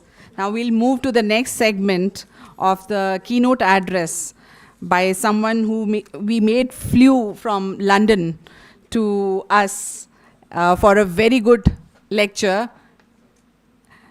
Thank you so much, sir. Thanks a lot. Thank you, sir. Thank you, sir. Thank you. So we maybe, yeah, thank you so much, sir.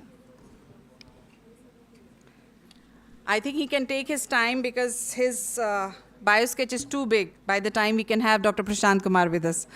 So till the time we have this, I would like to inform you that our keynote address is being given by Professor Prashant Kumar from University of Surrey.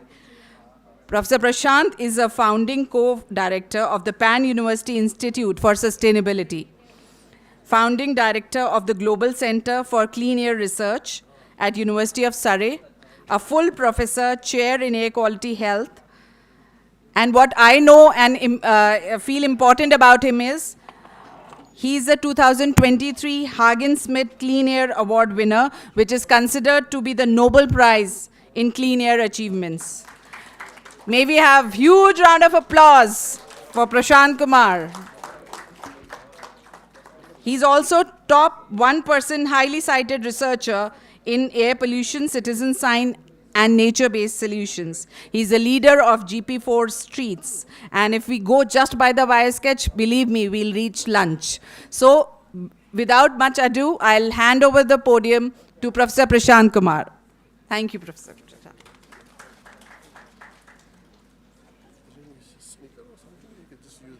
Yeah, I think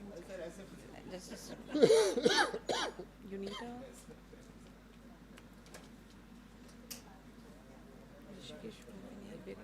Do we have flicker? You have. I'll arrange. Can you find your own presentation? Yeah, I think it should be.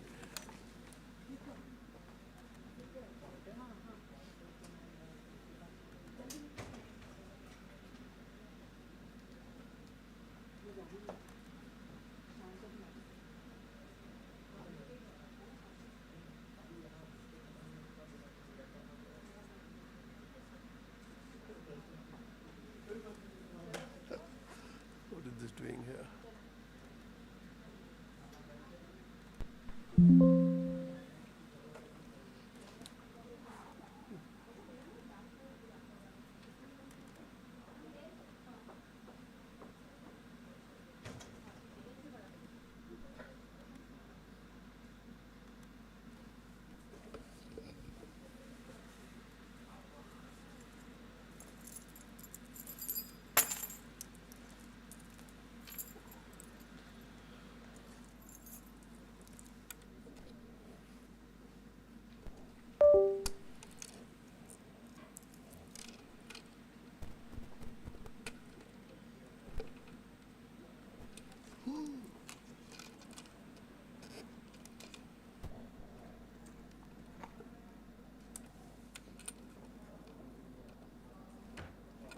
Yeah, I think it's that thing is not working. But I thought like I'll put it directly from the. Can you put that flash drive somehow? So you can just see. Yeah. So maybe I could just try to use the flash drive directly. Yeah. Where is that thing now?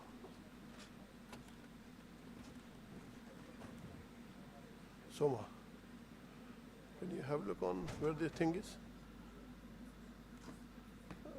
Where can I find the flash drive? Here, yeah. Is this one? Yes. PPT तो हाँ PPT आपने डाला लेकिन वो चला नहीं उधर नहीं चल नहीं रहा मतलब वो कुछ अजीब सा वो आ रहा था उसका ओके इसको पावर पॉइंट देखो अभी जो ये चलता है तो मैंने अपना ही फ्लैश ड्राइव लगा दिया इसमें डायरेक्ट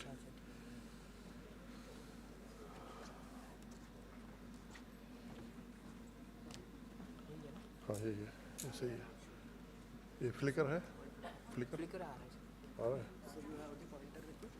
ये आई थिंक ये चलता है ये वाला माइक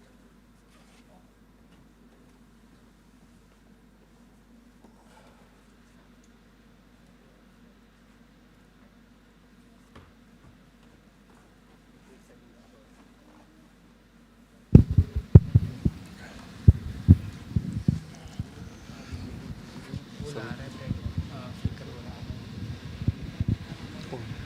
वो जो गया ना अभी बोला रहा है वो एक्चुअली यहाँ पे I think I can start actually. I'm just waiting for the flicker. So yeah, first of all, thank you very much for the opportunity to speak at this very interesting conclave. I think the theme is really close to my heart as well. We have been doing quite a lot of work in the area for over a decade. So what I'm going to do today is just start with, first of all, thanking the team. So there has been a lot of people who have contributed in the team from the past few years, who have worked actually on different projects. I believe that some of them are sitting here in the audience as well. I guess we got Soma here. He used to be with us earlier, now working for Technocrat. There was one of our former PhD students. And the good thing is, I think the link somehow, is quite circular. So I've got a strong connection with Professor Khare as well. So I used to be his, the master's student and been working with him over the years. We had Professor Prateek Sharma. He was my examiner actually for my MTech thesis, where I worked on the PM. So it's a small kind of, the world, and it's a very, the interesting community. So what I thought is I will tell you a little bit about the background, but you already got a fantastic background from the previous speakers. But then I thought of, providing you the 3 sets of examples. And those examples are not really to just raise the problem, but to solve those problems. So one of the things which we really need to also understand and take that, quite seriously is that indoor air is not really independent. So it's also the function of what's outside. So in a way that we need to also think in terms of, how this air exchange happens and how, these pollutants comes in or goes out. So this is basically, my plan. So just to start with, to give a little bit of overview of the Global Center for Clean Air Research. So I had a privilege of founding it in 2017. And so the whole idea there was, could we work together with the experts across the world actually, and towards a cleaner vision for the clean air for all. So we have been doing quite a lot of work in the area of pollution emissions and exposure, looking into the indoor and outdoor air pollution.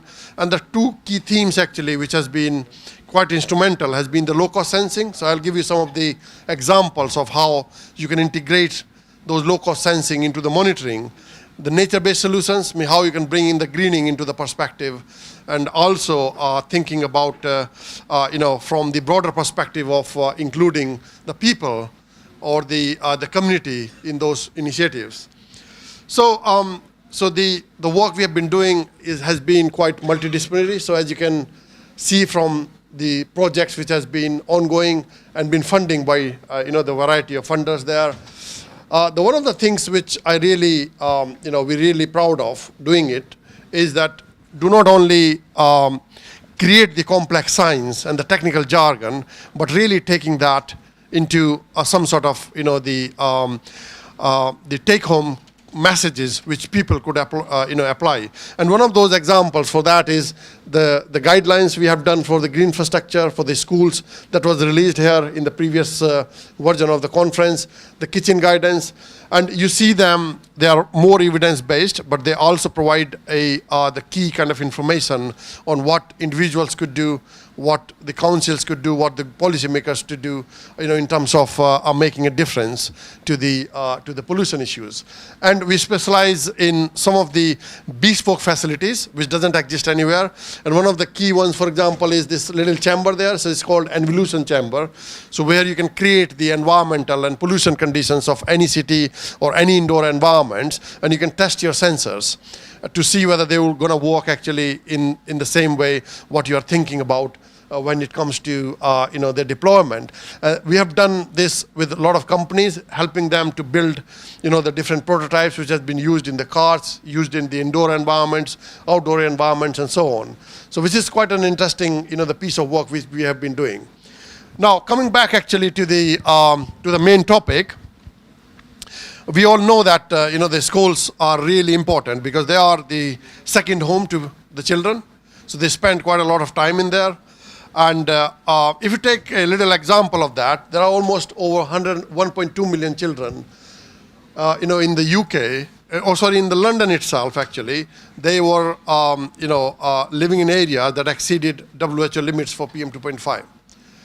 And if you think from the broader perspective, globally, there are over 93% of, the world population, and that could count as 1.8 billion children, which are less than 15 years of age, and they are exposed to the highest level of, the pollution, which goes beyond the WHO guidelines. So, one of the things which is quite interesting is that these environments are often worse than the office or the other environment there. And the children's, because they are still developing their lungs, so they are more susceptible to the health diseases, and it also kind of, hinders their learning, learning abilities and affect in different ways on their health. So you can think for the pollution coming from different sources.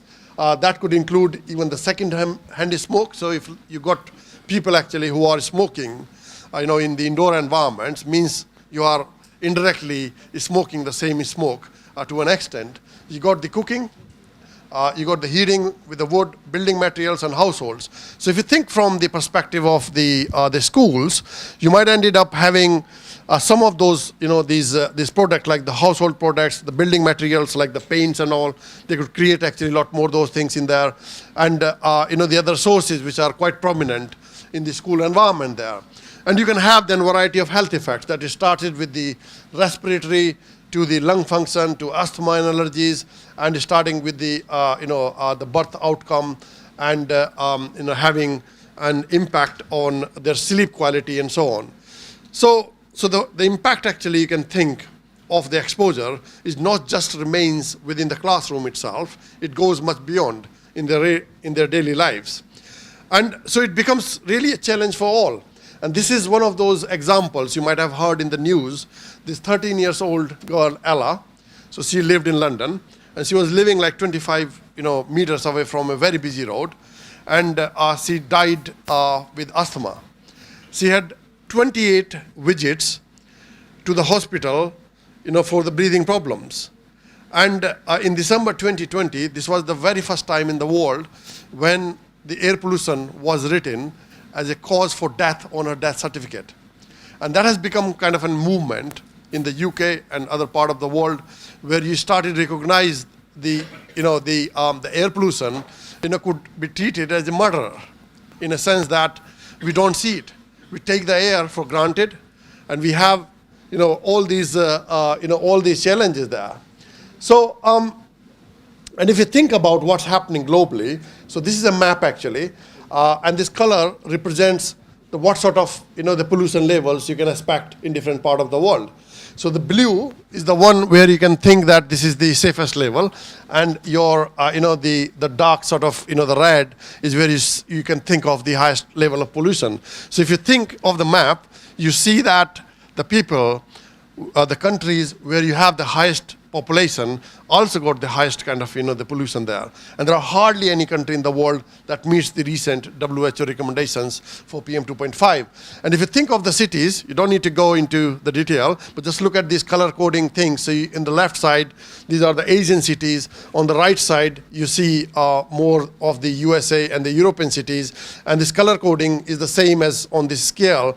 You see that most of the cities, they do not really match, and they go way beyond the levels of the exceedances. So I guess the one of the challenges usually we have is that we do not really have the same sort of air we are breathing in different part of the world. We got the different issues, and what's outside that doesn't stay outside, right? So that also finds its way indoors. So in a way, if you're looking at the solution to the problems, we also need to think about what's happening within the school and what's happening around those schools. And those things which is happening around the schools are quite important, because you can clean the school completely, but if your surroundings are not clean enough, the air, you can't stop. It doesn't have the boundaries. It will just penetrate into those areas there. And if you think from the the perspective, the globally, you start with the regulations, and India is still on the top. The good news is that we got those regulations, apart, unlike many countries. But this is also tells you the story in a sense that you got quite a lot of people actually living in the countries like India and China, which could almost be 1/3. And this is where actually you have the tolerance for around 35 to the 40 microgram per meter cube. So the question here is that this somehow reflects into the into the bigger picture of the indoors, that despite spending majority of times indoors, there are still no indoor air quality regulations, as you heard from the previous speakers there. So this is really a gap which exists. We spend majority of time indoors, but there is no regulation. There is nothing actually which which you can really take them for granted. So in this kind of the aspect, we had this science paper recently published, and the whole idea has been to push the agenda for the indoor air quality regulations. The reason being that the indoor air is having a mix of different chemicals, and that could be very difficult sometimes to measure everything.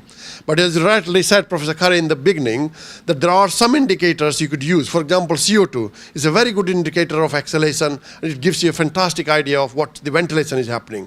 And there are some other, the markers like the PM 2.5. It can give you the combustion markers. You can have the CO, which can give you the the overall sort of idea there. So in this work, we proposed the very simple 3 sort of indicators which could be used as indoor air quality regulations, and that been pushed quite hard actually across the world. And there has been quite a lot going on at the moment where these regulations are being kind of the case for these regulations is being put. So one of our ambitions is that whether we can take where we are into the regulatory the framework. And my feeling is that there is a very positive response, that there will be something coming soon in this particular regard. So what I've been doing as part of the work have been looking into the the various kind of different the environment. So there has been several studies we have done on the indoors, we have done on the the micro environments. So what I'm going to do today is give you a very quick kind of overview of some of those studies. So for example, when you talk about the control, you can think into 3 ways, in fact. The one is controlling the source itself, right? So that's one way. The another one is controlling at the receptor, like you saw the face masks and all. And the third one is you could do something in between, like the passive solutions. Like you could see actually the noise on the background. So there is something happening there, which is pushing the air inside. So what we did was, recently we got a paper published where we tried to look into what sort of interventions exist in the literature, and how effective they are, and where are gaps actually which needs to be filling.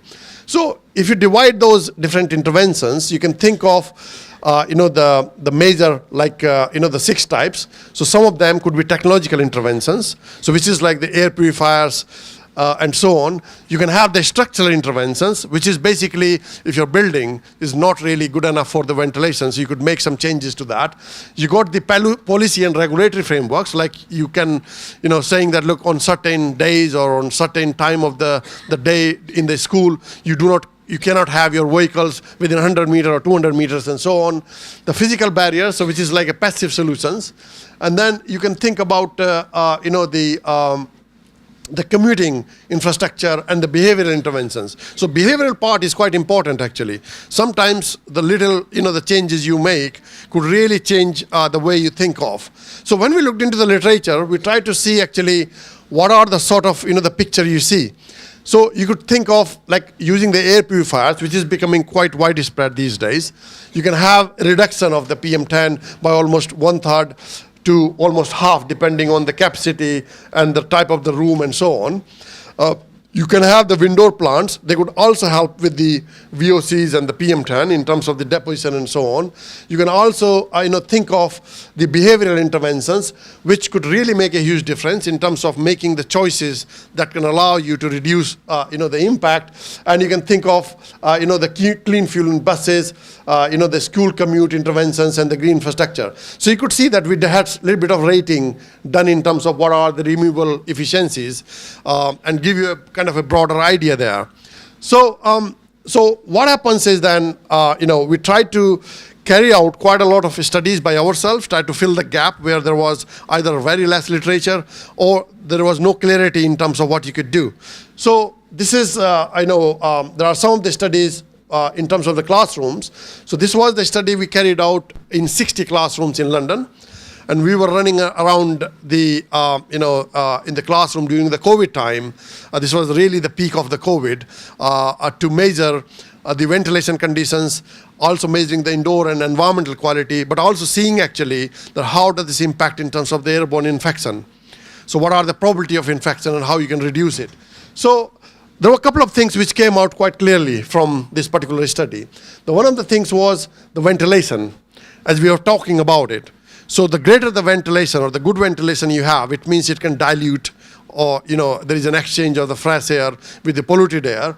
And we could find that the places actually, the classrooms, which has got the dual ventilation in terms of the natural plus ventilation, the mechanical, the reduction was almost around 30%.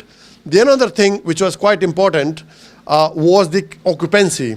So the classrooms have got their limit. So if you're trying to push too many children into the classroom, it means that your CO2 levels goes really up, and that could really make things worse in terms of the inhalation of the same CO2 which has been exhaled by the different people. The size of the classroom was another very important aspect. So if you have a very tiny classrooms and it's filled with the children, you might ended up the CO2 shooting up very quickly. And that can affect negatively on the learning and all. And one of the very interesting finding was that what sort of floor you would have in a classroom. So would you have a hard floor or you have a the kind of the carpet? And my feeling was, before the data we saw, that if you have a carpet, that could basically is good because it can reduce the resuspension. But when we look at the data, we found other way around. The resuspension was more on the harder floors than on the carpet. The reason being, when we looked into more detail, that all the feet actually you have got a little bit of a, the gap in between. So when you are moving forward, you're creating like a vacuum. So it really, the resuspend a lot of these particles which are staying on the surface there. So it was quite an interesting one actually there. But again, we tried to combine all these, the findings into the guidance there, and then there was, the publication I left there, which mentions about it. Now, this was the early days when the air purifiers were being promoted to be used in the classrooms. So this was the study we carried out in London. So this is in Lambeth area, and that was funded by the Global Action Plan, which is a big charity, the organization in London. So the whole idea there was to understand actually different type of interventions in schools. And one of the interventions we tested was what these air purifiers are doing. So we try to kind of design the study in a way that we can have the baseline, and then we have actually the time when these air purifiers are working. And one of the good things about the findings was you see quite a lot of decrease in the PM by almost around 59% or 60%, which is quite huge. So it clearly shows that having those air purifiers could really reduce it. But then the question is that are there any byproducts which are being produced by these air purifiers? The another thing is the energy consumption as well. So this was quite a interesting finding there. And then we instrumented the whole classroom. So this was another study in the same sort of cohort. So we went down from several of 60 classrooms to a very specific one classroom where we instrumented the whole classroom with the sensors. And this is possibly the the first study which I've done in the real working operational environment where children were, there, and then we measured them. And we tried to understand actually what is the variation of the CO2. So you can see these little, there are little, these bubbles, and these bubbles are representing actually how the concentration of the CO2 is decreasing, how the PM10 and the PM2.5 are decreasing. One of the very interesting things we found actually, if you look at this PM10, the graph there, so you see in the middle is red. So this is basically also the breathing, the zone of the children. So what you have is, when you got the activities in the classroom, you got quite a lot of resuspension. And these particles are coarse enough, so they don't go too far away. So they do still remain actually in that turbulent zone, resuspended for longer time. So this was quite, quite a revealing kind of, the finding. And at the same time, we could also see actually that during the classroom hours, all the PM, especially the PM10 and the CO2 could shoot up really highly. And during the the non-occupancy period, you see that the things go the quieter, and you can go back to the background level during the night there. So so one of the tests we did in this class in this this experiment was that, let's say you got a bigger classroom and you wanted to put more than one purifier, air purifier. So the question really is that where are you going to put that air purifier? Are you going to put it in the center? Are you going to put them on two corners? Or are you going to put them together at one place? Because at the end of the day, you are investing energy and you want it to improve the conditions. So if you really don't assign them at the right place, then you're not going to get the right answer as well. So we tried to look into different the combinations, try to see actually what placement would help. We try to look into the paired ones and unpaired ones. And one of the key things which came out is, like, if you're putting your air purifiers, let's say, one place somewhere, is not going to do the job. So the best thing is to spread them around, and especially in an areas where you have the high pollution, the zones there. And this is where we could see that, there were quite a, the drastic change in concentrations when you're using two air purifiers, but not in one place, rather spreading them around. So you can read more about, this study, which is been published in Environmental Research there. Now, this is a very recent work. We have just been writing it up. So the whole idea there was, okay, what else we could do in the classrooms? We know that the hard floors are creating a problem of resuspension. So where this dust is coming in? So the dust is coming through the doors. So could we do something on the doors itself? So one of the experiments we planned was to use the sticky mat. So these are the mats you usually have in the in the places there, but they are sticky. So in a way that when you're moving onto those mats, what it does is it just takes actually all those dust particles from the shoes, and we could clearly see that reduced actually during the peak time almost 29%. Very simple thing. It's not really rocket science actually. We got all those things in there. It's just a matter of making a choice which is right actually for that environment. The another one actually was quite an interesting one, was testing the greening. So it was not really the plants which we put it inside the the classroom. Rather, we tried to put that on the windows, because one of the problem with the opening the windows is, if they are very close to the roadsides, you also get actually the ingress of the pollutants. So it's not an issue of, you are not getting really the fresh air, you're also getting the air which is bringing the fresh emissions into it. So what we had is, we had selected some of the plants which are very common, and then we tried to put that around the windows there and tried to run different scenarios there. And what we found is that we got almost around 1/3 of the concentration reduction when you have those windows open and when you have actually these plants in place. Again, a very simple thing. I mean, these plants and the greening is really good thing in the classrooms. So if you are putting them, you could put them strategically at the places where it can also help reduce the exposure to the children. So you will see more from this work, very soon. And the another study we did was on the infant schools. So we have a lot of work actually going on in the primary and secondary schools, but there is very little actually, the focus on the infant. And this school in particular was quite interesting. It's very close to the highway, and it has got the classrooms where the smallest children were in the rooms which is closest to the road, and the bigger children were, the far away. So one of the key findings actually from this work was that, firstly, the near highway classrooms, they had almost 68% higher PM10 compared with the ones which were away.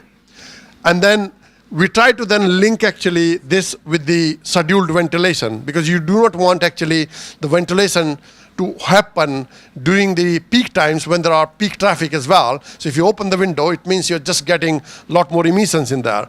And we could see the impact of the scheduled ventilation by reducing the PM and PM 2.5. Again, we try to look into the strategy of the air purifier. So one of the issues with the air purifiers is that if you really open the windows and the doors and you're running the air purifier, it means that you got less opportunity for that air purifier to be effective to clean the same volume of the air, because you are getting the fresh air coming the continuously as well.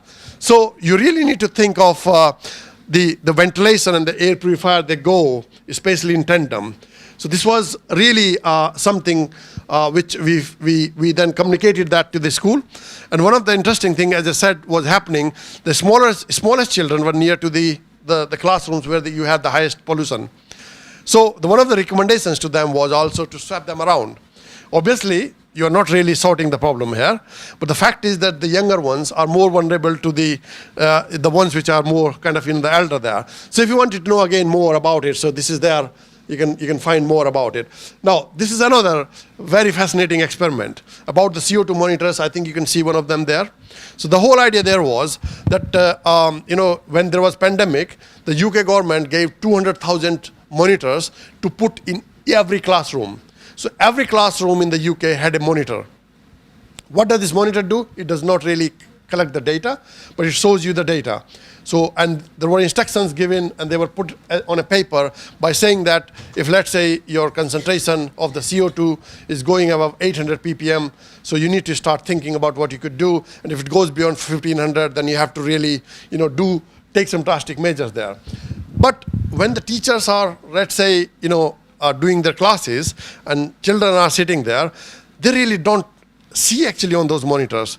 And when we visited some of the schools, in majority of the places we found that they were either not working or they were hidden actually behind some of the things there. So they were there, but they were not there. So one of the idea there was then, okay, how we could make them more visible and more understandable to the people. So what we did is then, we designed an experiment where we can have a CO2 surveillance system. So it's like a little monitor. And that monitor is changing the faces as the as the CO2 levels goes up and down. So we tried 3 different scenarios there. So nothing base as usual. Then we tried to bring in the visual system in there, so the teacher could see, and then they can take some decisions in terms of opening the windows and the doors. And the third one was the visual plus the beep. Now, so when we started the experiment, they suspended the experiment, saying, look, this beep is really annoying, and it takes away the things in there. So then I talked to the team and say, you know what, can we not do something actually, make this annoying beep into a really nice looking beep, like the birds actually which are chopping. And we changed that actually there. So they allowed us to do the experiment. And what we found was quite interesting in a sense that when you are using the visual acoustics, the teacher can see that, and they made the decisions in there. The behavior changed over time, and you could see a decrease in the CO2 and the PM levels. But when you have the beep plus the acoustics, it reduced a little bit further, but that was really not the suggestions actually which came from the teachers, because we got the behavioral scientists involved, talking with them and understanding their behavior. They say, by the way, this is still very annoying because we really don't want it to do that. But the one thing was very simple. If you have these sort of monitors, if they are there on the back so the children don't see them and they don't get panic, you can really make a huge difference in terms of allowing actually teachers to make those decisions. And after a point actually, they will be trained as well. So this was the whole idea. So this is a study which is currently under review. So you will see more about this work there. Now, it's not just the classrooms where things happen, as I said earlier.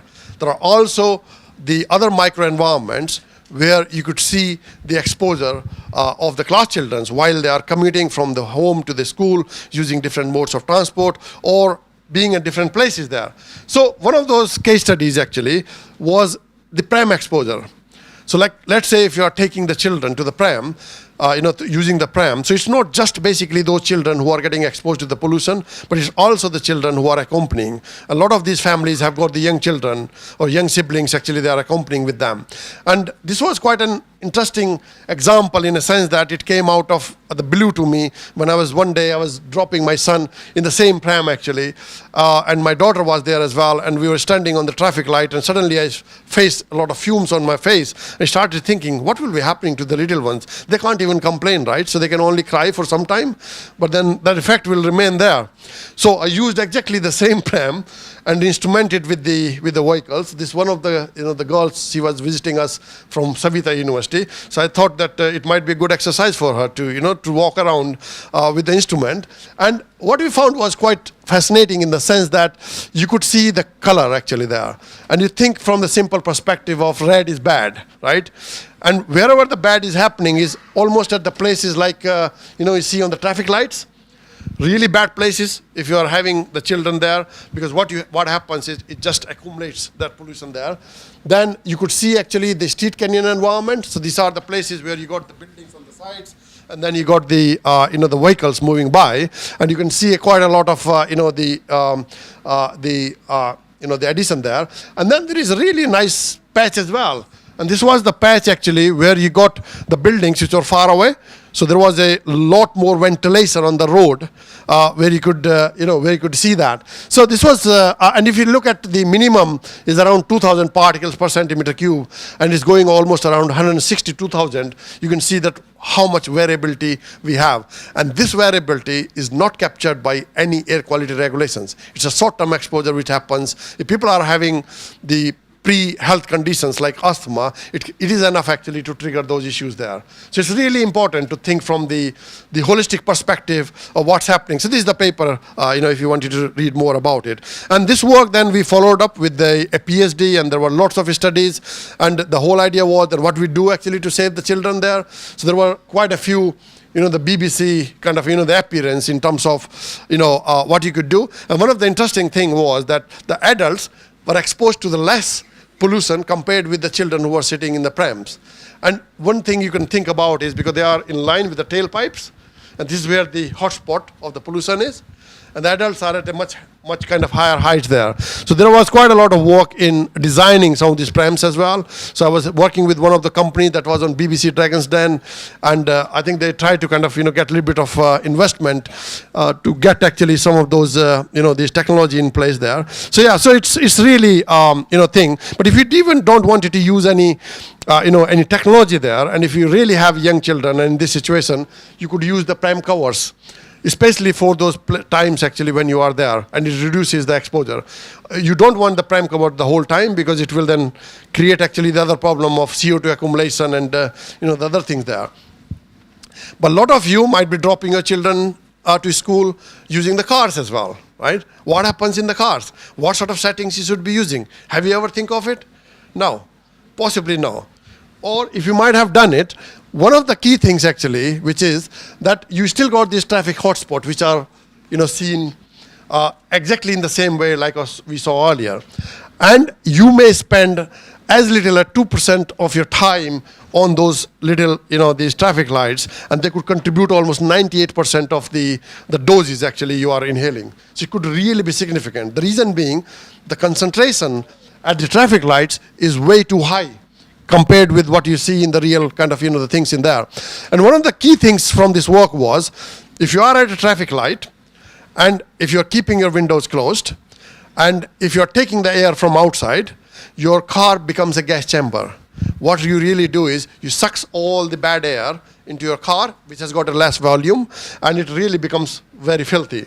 So one of the best strategy during that particular situation is, use the recirculation. Keep the windows closed, use the recirculation. When you are on a free route, then you can use the air from outside or open the windows there. So that was one of the key take-home messages there. Kitchens are really important, because a lot of these, the people are sitting in the room. I don't want it to be feminist here, but there are mostly ladies actually who are cooking. But these days, I think men are doing the job as well in the kitchen. And then, if that happens, okay, it doesn't happen, okay, fine. But the downside of that is that the children, they also come to the kitchens, right? So you are unintendedly getting them exposed actually to the higher fumes there. So this was a study where Professor Khare and there were other colleagues involved from India as well, in 12 cities.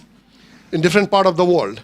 So we looked into different kitchens. We tried to understand actually what are the factors which are making a difference, whether it's the fuel they are cooking with, is this the type of food they are cooking, what is the volume of the kitchen, what are the ventilation strategies in there, and and what we found actually was that these are the 6 factors which were really important. One key factor was the ventilation. So there were kitchens actually which has got the extractor fans, and they're very efficient in terms of taking the fresh exhaust out. Obviously, it's creating problems somewhere else, but it's at least saving the issue from the inside. And then having the the doors open, that helped actually in terms of reducing the the emissions there. The frying, we all love frying, right? So Indians love frying food. I love frying food as well. But this is the most polluting activity.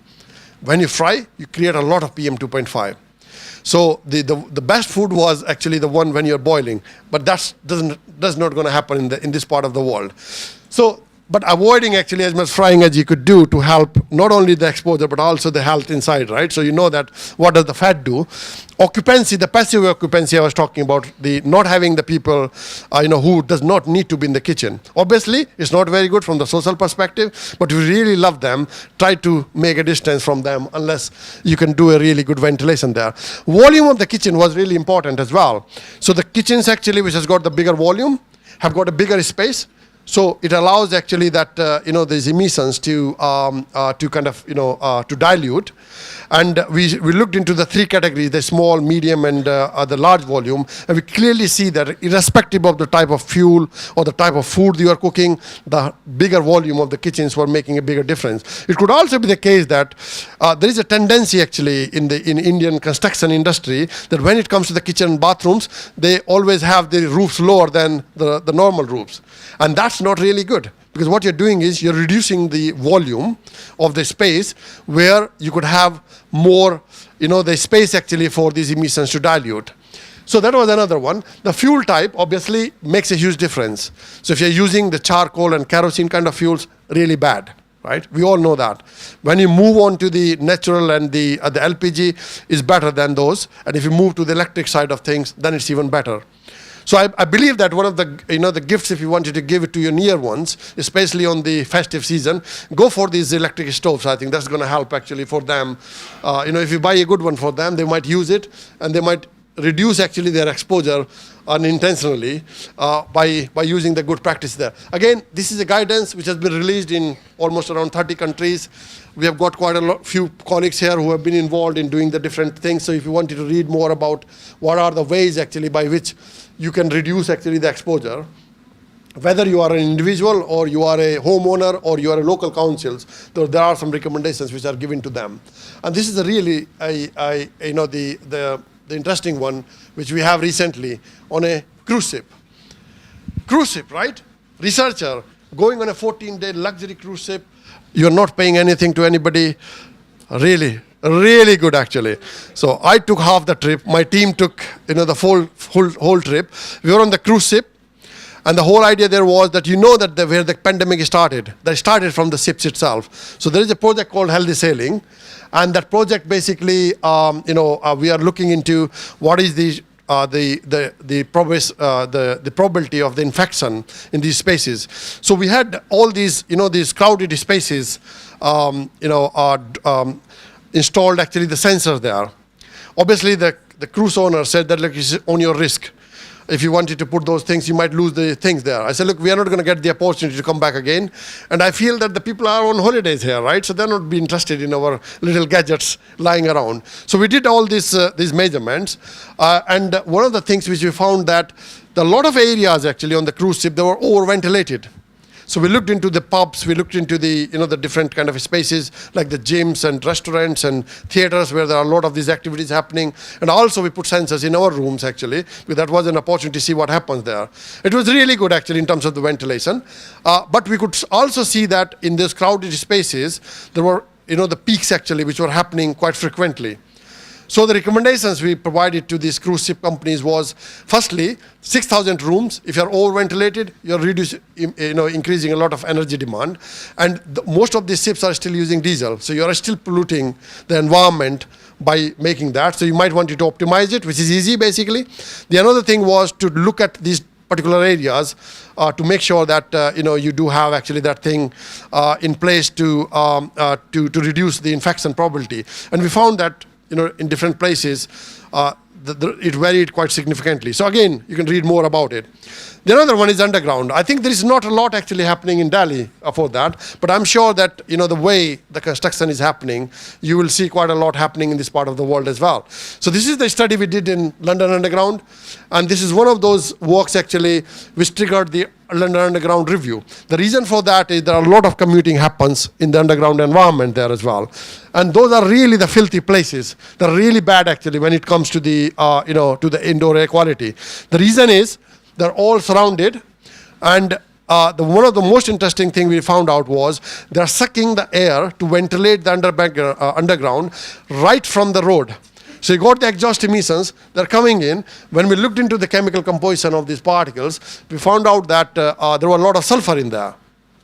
And it was quite intriguing to find out what is sulfur doing here, because you're not burning anything in there. So there was this, the BBC who covered the study, and they were doing the video, and they in fact found actually that, by the way, the air is coming from here, this is where the sulfur is going in. So they did a better job actually. If you read the paper, I think we made a statement, we really don't know actually where the sulfur is coming from, but these guys really, these investigators, especially the journalists, are really good actually. Again, if you wanted to read more, you can have a look on that. But this is another environment where more time you spend, more you're going to get exposed to. So there are a couple of more slides actually, I put it on. So what is apart from it? So you talk about what's happening in the school, you talk about what's happening when you're going from home to the school, but then within the school itself, you got a peripheral, the issues there. Because the schools might be surrounded by the heavy roads. So what you could do in there. So there is a lot of work we have done on the hedges. So this is an example of a playground. So you can see a hedge there. It's a hedge which has got a very busy road. It's a playground. And then you could see that this hedge is, the color changing over time. So LAI is the leaf area index, which talks about how dry it is, how porous it is. And this is possibly the first study which covers the whole cycle of a year. Again, using the low-cost sensors actually there.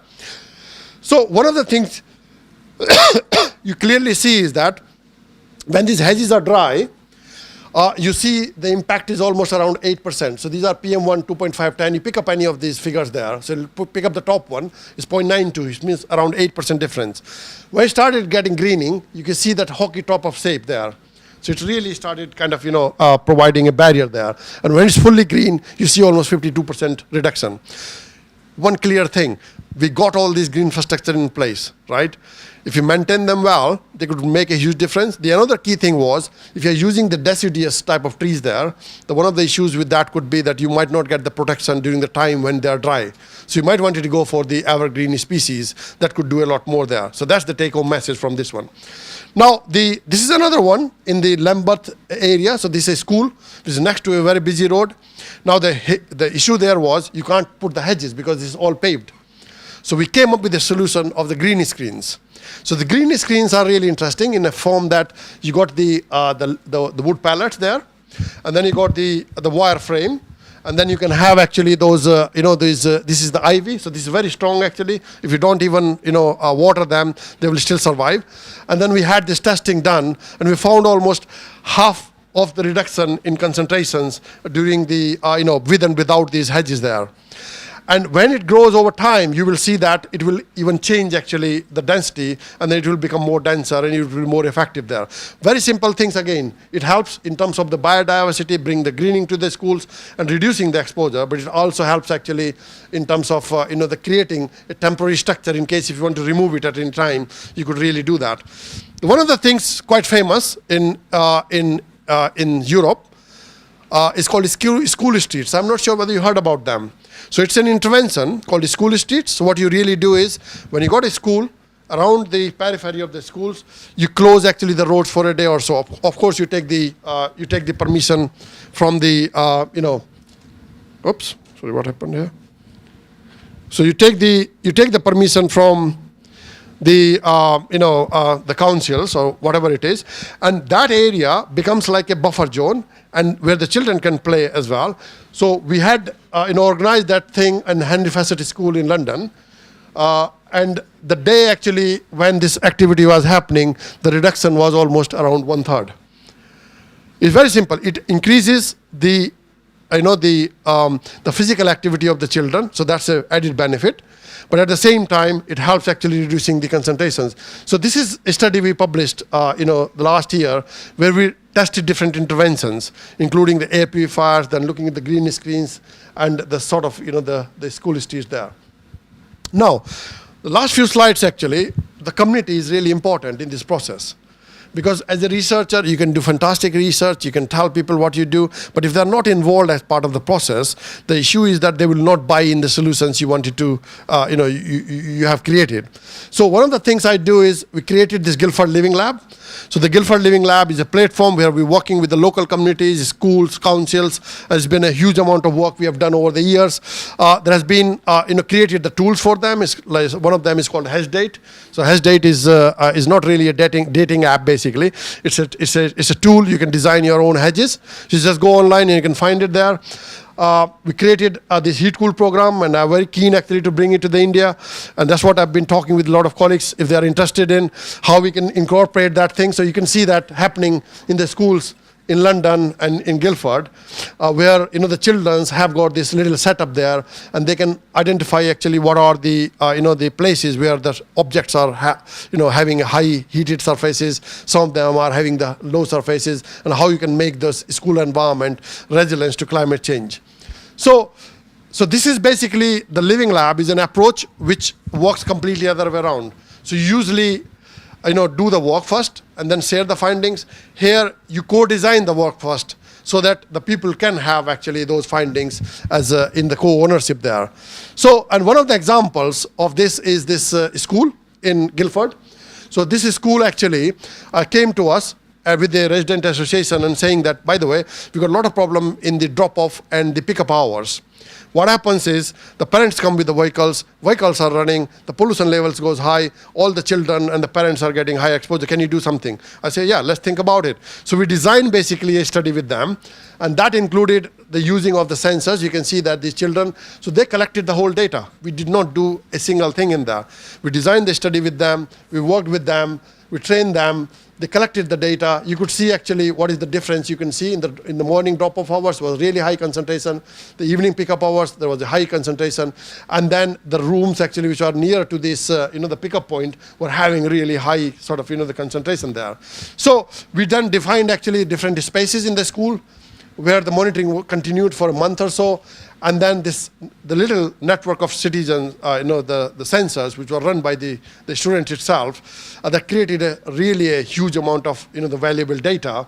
And when we worked with the community, and we tried to kind of come up with some sort of recommendations based on the evidence base we created.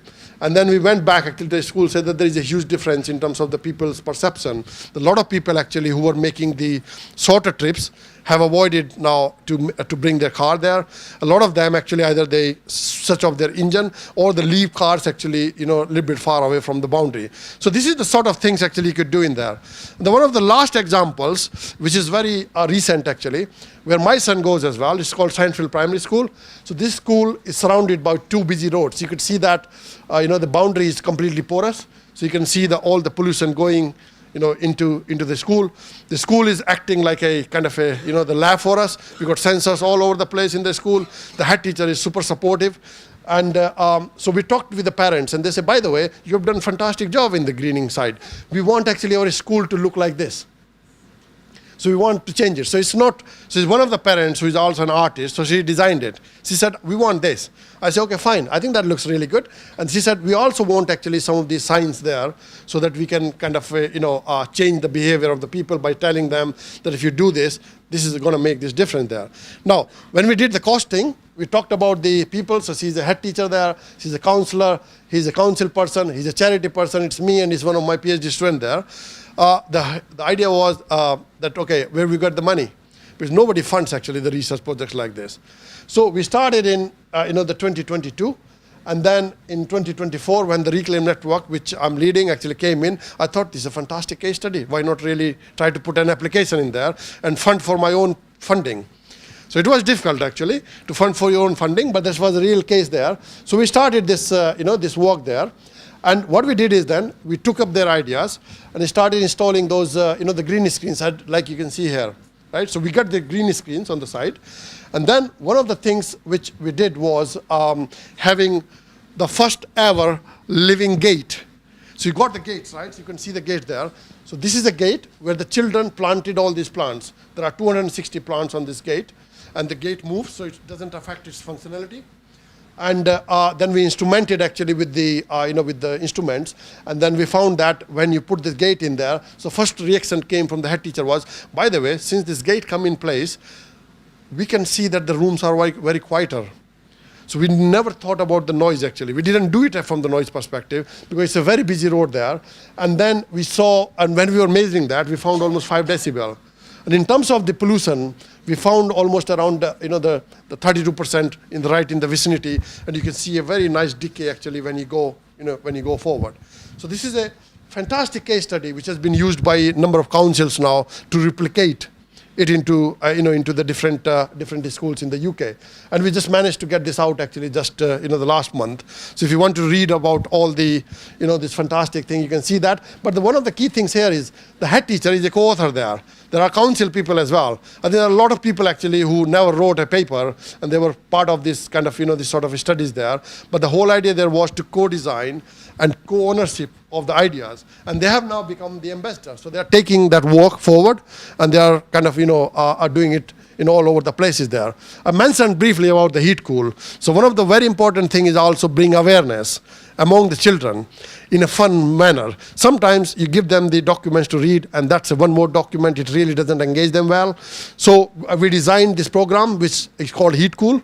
So I've run it in around 15 schools in London and in Guildford, and you can see the tweets actually coming from the school. They really enjoyed it because some of the time the children are looking at some really interesting things, like even the heads actually, which one is hot, which one is cool, and they're coming with the solutions. Say, by the way, this part of the school is very dry. There's no greening in there.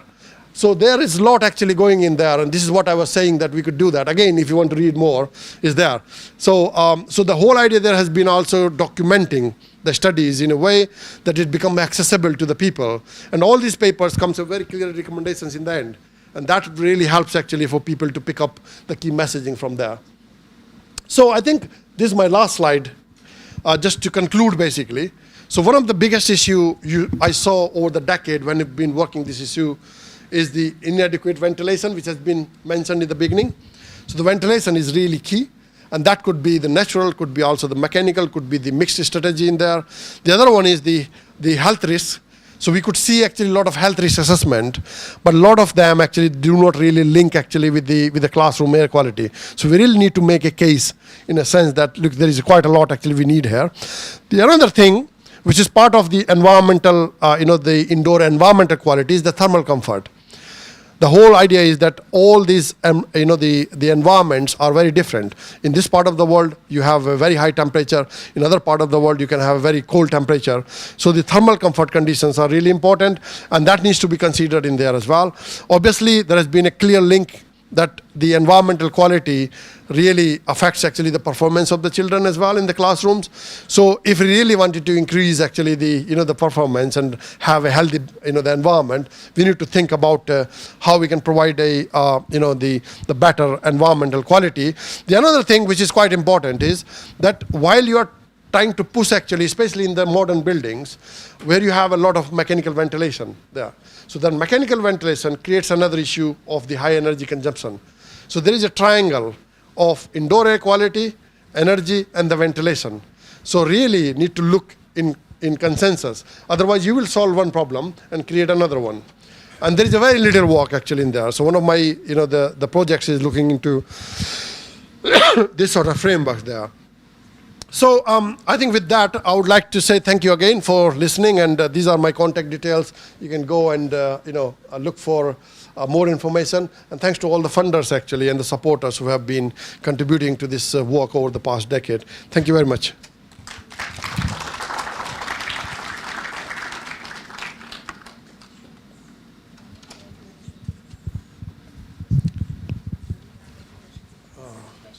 having questions? Okay, I think there are quite a few. Yeah, we will have plenty. Plenty? Okay. Please go ahead. So is somebody giving the mic, or you can just speak up? There's another one here.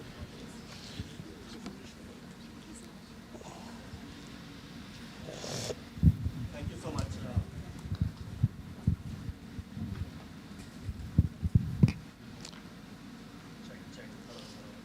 It's not working? There is another Hello, one. check. There is Okay, another. it's working now. Super presentation, Professor Prashant. Thank you so much for that, as always. My name is Barun Agarwal. I'm from Breathe Easy. We are one of the first indoor air quality solutions companies in India. My question is with regards to the plantations that you did outside some of these schools, and you talk about a percentage reduction of anywhere from 30 to possibly even 50, 55%. The outdoor PM 2.5 levels in London is at what I saw in one of the graphs, approximately 20, 30, 40 micrograms per cubic meter. And you're achieving perhaps, let's say, a 50% reduction. So 40 comes down to 20. My question is, in India, we see readings as much as 300, 400 micrograms, and sometimes for 2 weeks, we'll even see 1,000. Is it realistic to say that by putting the plantation, we'll see a 30, 40, 50% reduction? Or will that mislead people, and you should say you'll see a maximum reduction of 15, 20, 30 micrograms from whatever levels you are? Because we've been using plants in our own building at Paharpur Business Center for the last 40 years. And our understanding and our learnings have been that it is an absolute reduction that we see from the plants, and the percentage can mislead people, especially when the data is from a country like London or a country like the United Kingdom, where the numbers are much better as compared to a country like India. So I just wanted your inputs, please. Thank you. I think it's a really good point you made, actually. I mean, the one of the things to say here is that the plants are not the solution to the air pollution, right? So this is one of the ways, actually, you could reduce the impact directly on the people, especially in the periphery.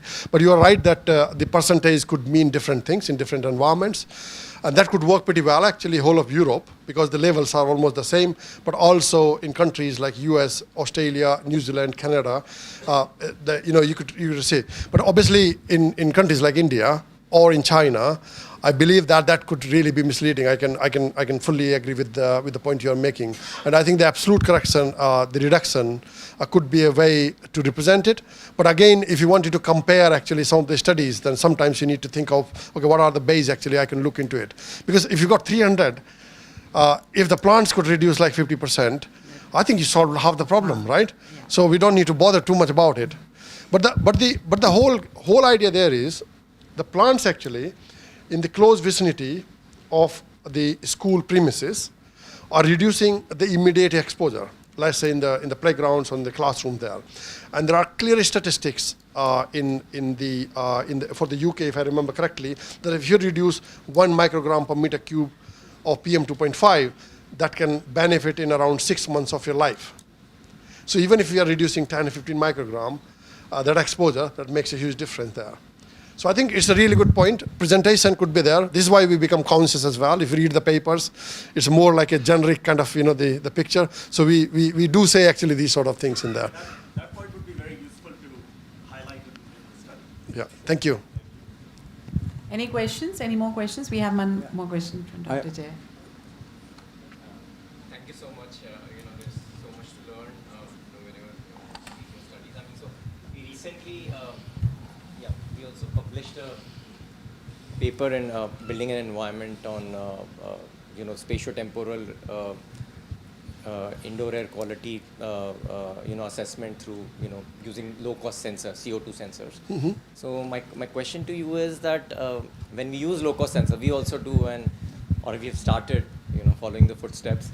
But the calibration of these sensors, so should you go with the data sheet, or if you use a reference, what is the reference and the method?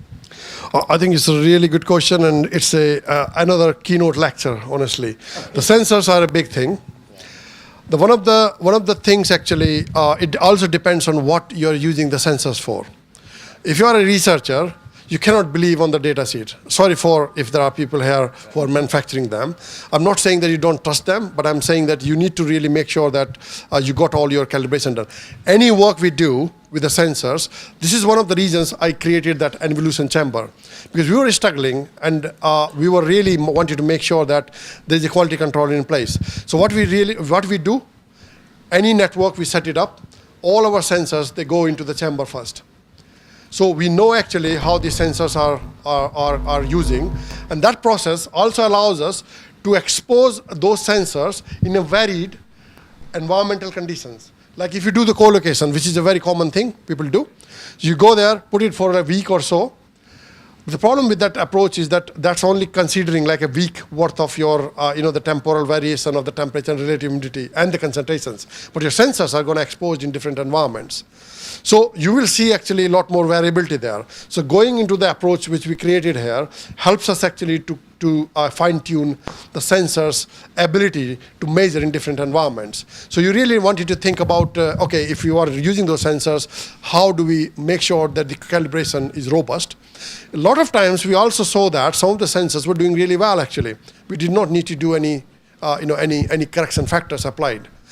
But in most cases, we also found that some of the sensors require actually particular attention, because some of them are very good in high environment, high concentration environment, and they don't really do any good actually when it comes to the low concentration environment there. So selection of the sensors is another thing. So I'm very pleased actually to say also that one of my highest cited paper, which I wrote in 2015, is called The Rise of Low-Cost Sensing in Cities, has got almost over 1,000 citations. It's the highest cited I have got so far. So I really love actually the topic. So if you want to talk more about it, we can have a chat. Thank you. Yeah, we can connect offline, sir. Yeah, we have Professor Manoranjan. Thank you so much for your wonderful lecture actually. So regarding the sensor, we are having a 2 days national symposium at IIT Bombay on 7th Sir. and 8th of March. Sir, if you could take the mic. Yeah. So thank you for your such a wonderful lecture on various exposure understanding. So in IIT Bombay, actually just to add to that, we have a 2-day symposium on low-cost sensor only. And we are inviting a lot of experts throughout India to address this calibration and all these issues. And we are inviting a lot of startups, as well as government, also member secretary from MPCV, and all kinds of people are coming. So I'm inviting all of you to come. So now coming to my question is, so you said that, so putting the air purifiers, so it's very important to understand the quality of the air purifiers. It's not about what air they are, it's the clean air they are delivering is very important, because that depends on the quality of filter they are going to use, right? So it's basically, that is another important thing. It's not about the placing of the air purifier. It's also important to understand the capacity of the air purifier to deliver clean air.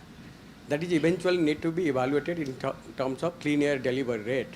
So that has to be characterized so that we can understand how, for a bigger room, what kind of air purifiers can be impacted. This is just an understanding. So I want to have your comments. I think it's a good point you made about the air purifier. So it's not just the, there are a couple of factors you need to consider. So most of the air purifiers also give some sort of a CDR value, CADR, right? Clean air delivery rate. And honestly speaking, it's not a rocket science actually. If you know the volume of your room and the CDR rate, you could see actually that what will be the efficiency of this air purifier there, whether you need one or you need a bigger capacity or you need more than one. So I would think that, I think that's pretty much straightforward in a sense that we can easily identify actually the need. But I guess the biggest challenge there is that what type of air purifier they are, or what is their efficiency there, right? So a lot of them are working on the HEPA filters, right? Those HEPA filters could help actually, capture the bigger particles because the pore size is big, but they're really not efficient actually in reducing the ultrafine particles or the fine particle there. So there is an issue there.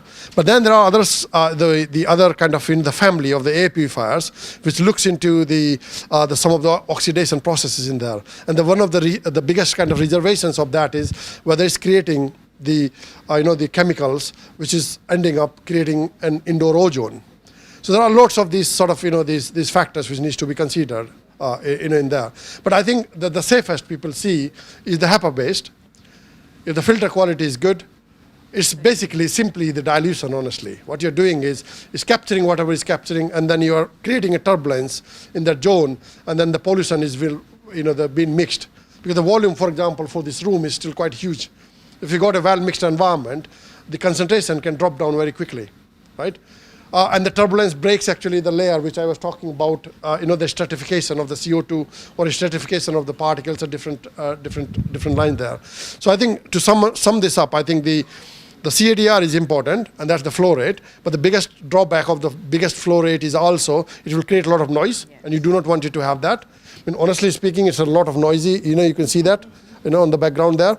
And you would not like that to have in your office or in your in your classroom, otherwise you create more problems. For short term, it might be okay. The another thing is that what sort of technology these air purifiers are. The review I talked about, we reviewed almost all sort of air purifiers, and there is a very nice summary, including the manufacturers and what they could do and what are the drawbacks there. I would possibly point you to have a look on that to have a little more information about it. So yeah, I mean, I think this is interesting one. Again, we can talk later if you want more about it. Yeah, I think there's one more question that we can take. We have, sir. Yeah. So, can we have the mic, please? Yes. So, it is a very fantastic lecture. I am Dr. Amit Kumar from Dr. Harish Singer Sagar University, Assistant Professor. Sir, my question is, you have shown that the plants reduces the particulate matters, right? So, at the same time, these are we selected, do we have selected plants? Because at the same time, the plants are also emitting the volatile organic compounds. And when it goes to the favorable conditions, in the presence of NOx and sunlight, it also forms the tropospheric ozone. Then, so what are those plants actually? Because at the same time, we are giving a solution. If there is no selection of those plants, then what will happen? Again, very good question. I could see that some of the students from the DTU are smiling. I had a lecture exactly on the same topic yesterday. I guess, the key thing actually with the plants is that, first of all, they do not eat the pollution, right? So these provide the surfaces, and those surfaces acts to deposit, to allow the deposition of these particles on the surfaces there. Some of the particles can go deep into the pores of those, but they are not huge in quantity. The another aspect of thinking about the plantation is that you need to look at different traits, and the traits includes not only the BVOC emitting, like for example, the eucalyptus is a really bad example, where you can have a lot of terpenes and a lot of these BVOCs being emitted, and these BVOCs with the NOx which is coming from the vehicles in the presence of sunlight is a perfect recipe of creating ozone. So you do not want to create another problem there. So this is why you need to think about the species which are low BVOCs or no BVOCs. They're not producing the pollens. They have less maintenance issues, because you do not want actually them to grow very quickly and every day you are just trimming it or it's going out of proportion there. And you also need to see what is the air pollution tolerance. So for example, if you're putting the plants near the roadside, could have a very different, the plant species which are resistant to the harsh environment compared with the ones actually you are putting a little bit far away. So, I mean, we had the guidance, the green infrastructure guidance I mentioned. It talks all about these issues what you're mentioning. And we have a specific paper, we listed around 300 species, and that talks about what are the traits of them. So sometimes the people from the news and all, they say, oh, tell us actually which is the best species. I said, no, I'm not going to tell you one best species, because if you fill the whole city with that species, you also play with the diversity, the biodiversity, right? You cannot have more than 10% of one type of a species. That's like a kind of a, the bar there. So the key there is to think about what sort of, the purpose is. Are you putting on the roadside? You need to look into these different traits there. And you can see that. So we have got around 20 or 30, the top species as well. The hash date I was mentioning, go on to the hash date, just Google hash date. You can try actually, designing your own hedge, and you can also pick the different species there. Obviously, it doesn't include a lot of Indian species, and that was one of the discussions I was having with the colleagues here. Can we expand this database to bring in the Indian species into it as well? So it could be more applied, but you could also realize that there are lots of these species are common actually in these environments. So yeah, I think this is again a very big topic, but just to take it offline. Yeah, thank you. Thank you. Thank you, Professor Prashant. I think with the kind of questions, I also have some questions, but I'll take it offline with him. what I remember is that when we were growing up, there used to be these henna plants as hedges, and it would be interesting now that if, since we are talking it in detail, it would be interesting to see if we can have that as the boundary. Probably it would have been serving that purpose at that point of time, but it would be interesting to have these Indian species again back, because now we don't see that. So thank you, Professor Prashant, for all your time and efforts. And I'd like to call upon Professor Ajay Taneja to please felicitate Professor Prashant Kumar for this very fabulous presentation.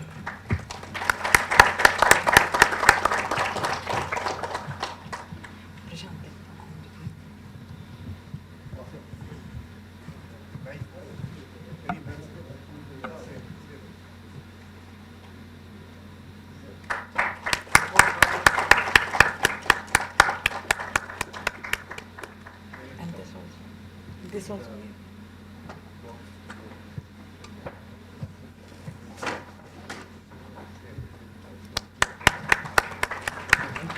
Thank you, Professor Prashant, for giving us a global perspective on what we are talking about in terms of indoor environmental quality.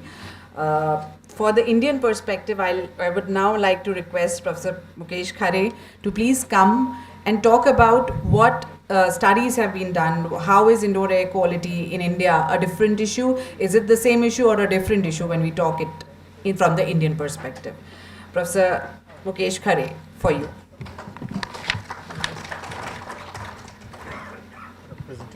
Yes,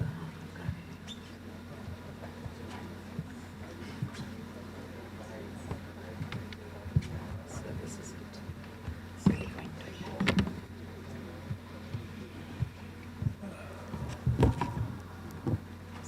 mic कौन सा ये है उसका ना ये hand वाला Sir, and you can use the smooth, whatever suits.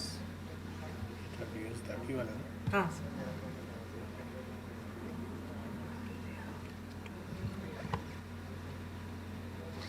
Yes, sir.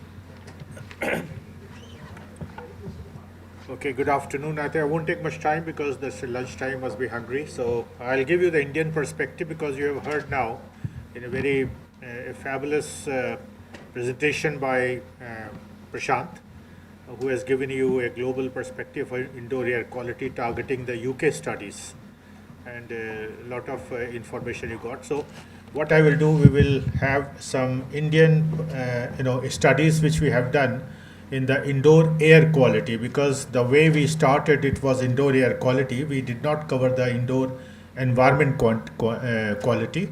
And the second thing is that I would like to share with you what SIE have done so far with respect to indoor environment quality. So that's, I think most of you must be knowing that what is the risk of the indoor air quality. And this table tells you very... Just slideshow here.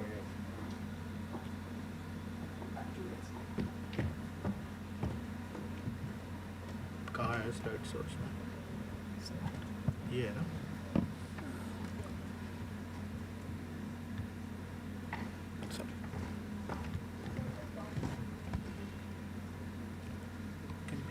Slide show किधर है?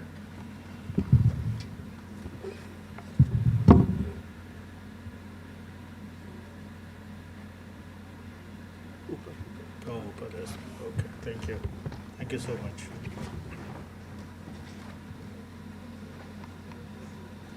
So this tells you that how indoor air quality is threatening our, children under 5 and people aged 70, and you have heard in detail that in schools that how it was done and to protect the children in UK.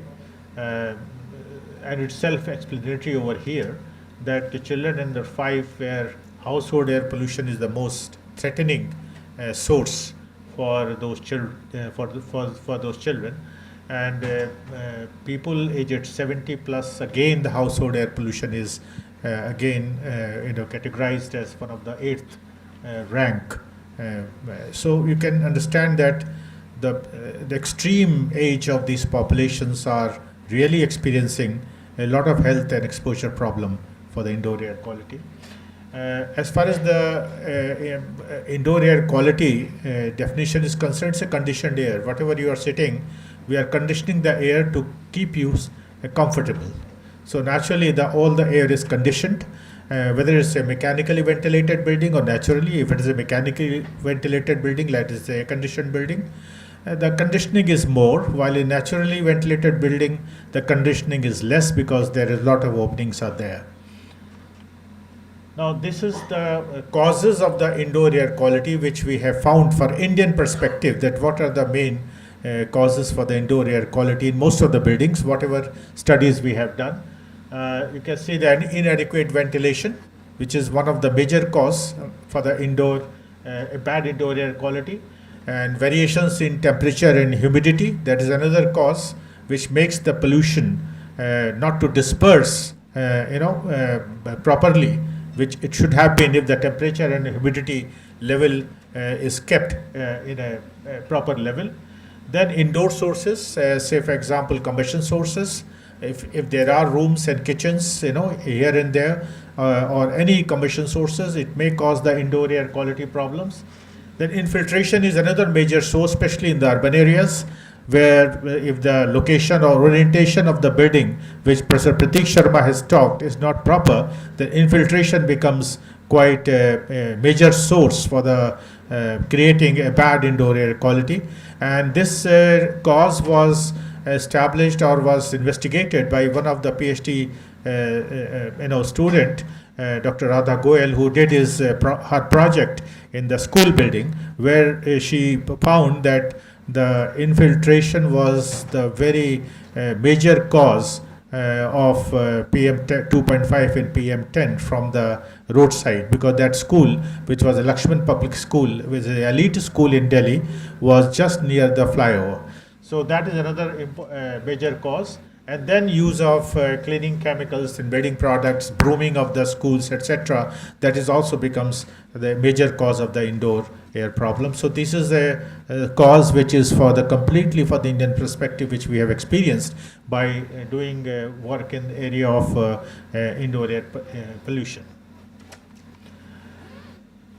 Now, as far as urban built environment is concerned, the residential building is one of the important, urban built environment where, indoor air quality becomes an important issue. Commercial buildings also a part of the urban built environment, along with the office building, malls, and healthcare centers. As far as institutional complex is concerned, we have 4 suburban, buildings, and one of them is the schools, which you have just heard from Prashant, that how the schools are vulnerable to the indoor air pollution and how children are threatened with the bad indoor air quality. And children are threatened more because they have higher respiration as they are growing, and and more pollutant exposure may result in a bad health. Now, other sources in any schools are listed over here, and especially in our school, government school especially I'm talking about, where we found that the chalk and blackboard activities are a very important source for government schools especially. But now in the elite schools, the presentations and the lectures have been changed or taken over by the digital blackboards, but government schools are still having using the chalk and board activities. Classroom activities, the suspended dust road during the recess, as the children go and children move fast, so that also makes the dust, especially the PM 2.5, to resuspend. And then building materials, especially the new buildings, the new schools, they are using all sorts of heavy materials which are very modern and which become a source of VOCs and radon and mineral fibers, etc. Paints and electronic equipments, carpets and cleaning compounds and combustion sources. So these are the carpets are important source for Indian conditions. As Prashant was discussing about the carpets in the schools, but for Indian conditions, our humidity and our temperature are varying so high, and our conditions are so different from the European condition that carpets become a source for VOCs and other, indoor pollutants. Now, as far as ventilation is concerned, we have a natural and mechanical ventilation. Most of our schools are natural ventilated, especially government schools. But the new elite schools, they are completely air conditioned. And I think the yoga is doing one of the Vasant Valley schools. They are investigating the indoor air quality over there, which is completely air conditioned schools. And that also makes different types of problem for children if it is a mechanically ventilated or air conditioned schools. Now, as far as the air quality outdoors versus indoor is concerned, I think you have heard a lot from the previous presentation that outdoor, becomes a good source for the, all types of building, especially wind speed and direction. That is an important. So location or orientation of buildings become an important factor as far as during the planning stage. And then the number of sources, especially urban areas, there may be a number of sources, including the vehicular emissions and type of the built environment, that how, whether it is in the urban built environment or semi-urban built environment or in periphery of the city. So that also makes an important role in terms of the indoor air quality. Now, these are the countries with IAQ government guidelines and regulations. If you see over here, and see that the government guidelines, circle represents the government guidelines, but the triangle represents the government regulations. And see that Europe has got, most of the countries in Europe has established the government guidelines and regulations both for the, all types of buildings. While US is also, and Canada is also having good regulations, including Brazil. But as far as Asia is concerned, I think China has the government guidelines and regulations, but India doesn't have the government guidelines. I think that's sort of things which we spoke in the inaugural session, that we need to work hard in this area, and the government support we need for regulations and guidelines to be created for Indian conditions. Now, as far as the building types, the regulations and guidelines as far as the building type is concerned, I think all the legends have been defined here. With non-residential building, we covered residential building, all buildings, schools and offices. And if you see about the schools, the New Zealand is having the regulations for the school, while other countries, it doesn't have any regulations for the school, and UK also having some regulations of the school, as Prashant has just discussed. But other countries, the regulations for the schools are either very few or absent. These are some statistics which I would like to share with you about the current scenario regarding indoor air quality related studies in India, with different regions of the country, and you can see that the maximum study have been done in northern side of the country, which is 21 in urban areas, and while in minimum is in the eastern area, like if you go towards West Bengal, Calcutta, etc., where the studies had not been done a lot. And west also, barring Maharashtra, I think other states have not done much studies on the indoor air quality. So with this statistics, I think we have to go for emission mode in order to generate a good data set in terms for the indoor air quality. Now, this is the important information which has been done by SIE in its report, which is given to the ministry, and which tells you the proportion of the studies based on the types of the buildings and proportion of studies based on air pollutants. So that's a very exhaustive information which we have provided to the ministry on an order from NGT recently in 2022. And you can see that the residential studies is about 62% in the, as far as type of buildings are concerned. And as far as indoor air pollutant is concerned, the PM 2.5 we have studied a lot, while the gases we have not studied much, like formaldehyde or VOCs or ozone. I think that area also requires quite a good attention and more instrumentation for to study the indoor air quality, because these gaseous studies are having a very expensive instrumentation to monitor indoor.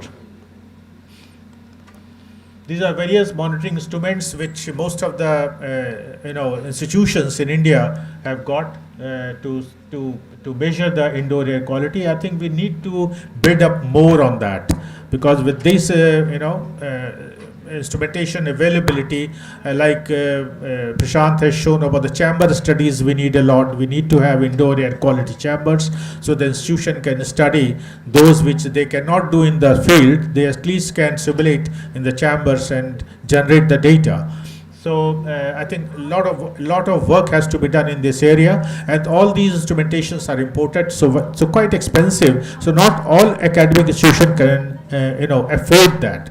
So here also the instrumentation manufacturers, they also need to think that how they can indigenously design the indoor air quality instrumentation.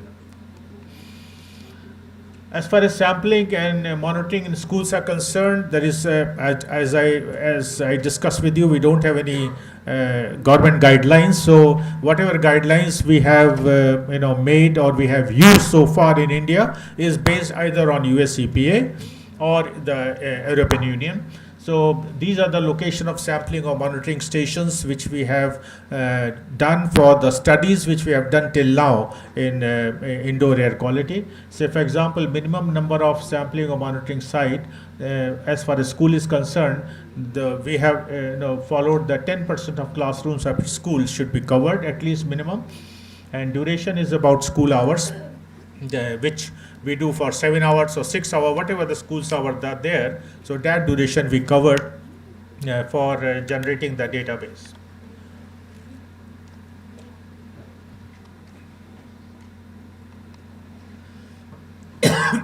Some modeling studies we have done, as Dr. Radha has done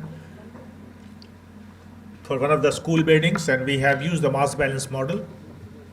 That also need to be upgraded but there are a lot of CFD models are also available which we can use in the schools. So because mass balance has a lot of assumptions, so I think this area is also need to be upgraded and researched a lot for the Indian conditions. These are the IAQ monitoring studies in naturally and ventilated school buildings, and we have covered for 2006 to 2010, and these are some of the publications which we have done through PhDs or master's program, which you can see over here on the right hand side.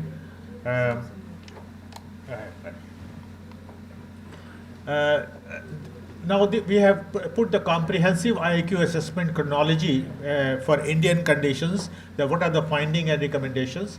There are some support. There are some, after our studies in India, I think at least one results which came out with this in form of support of the government, that NCAP, that is National Clean Air Program, have included indoor air quality as one of the areas to be researched.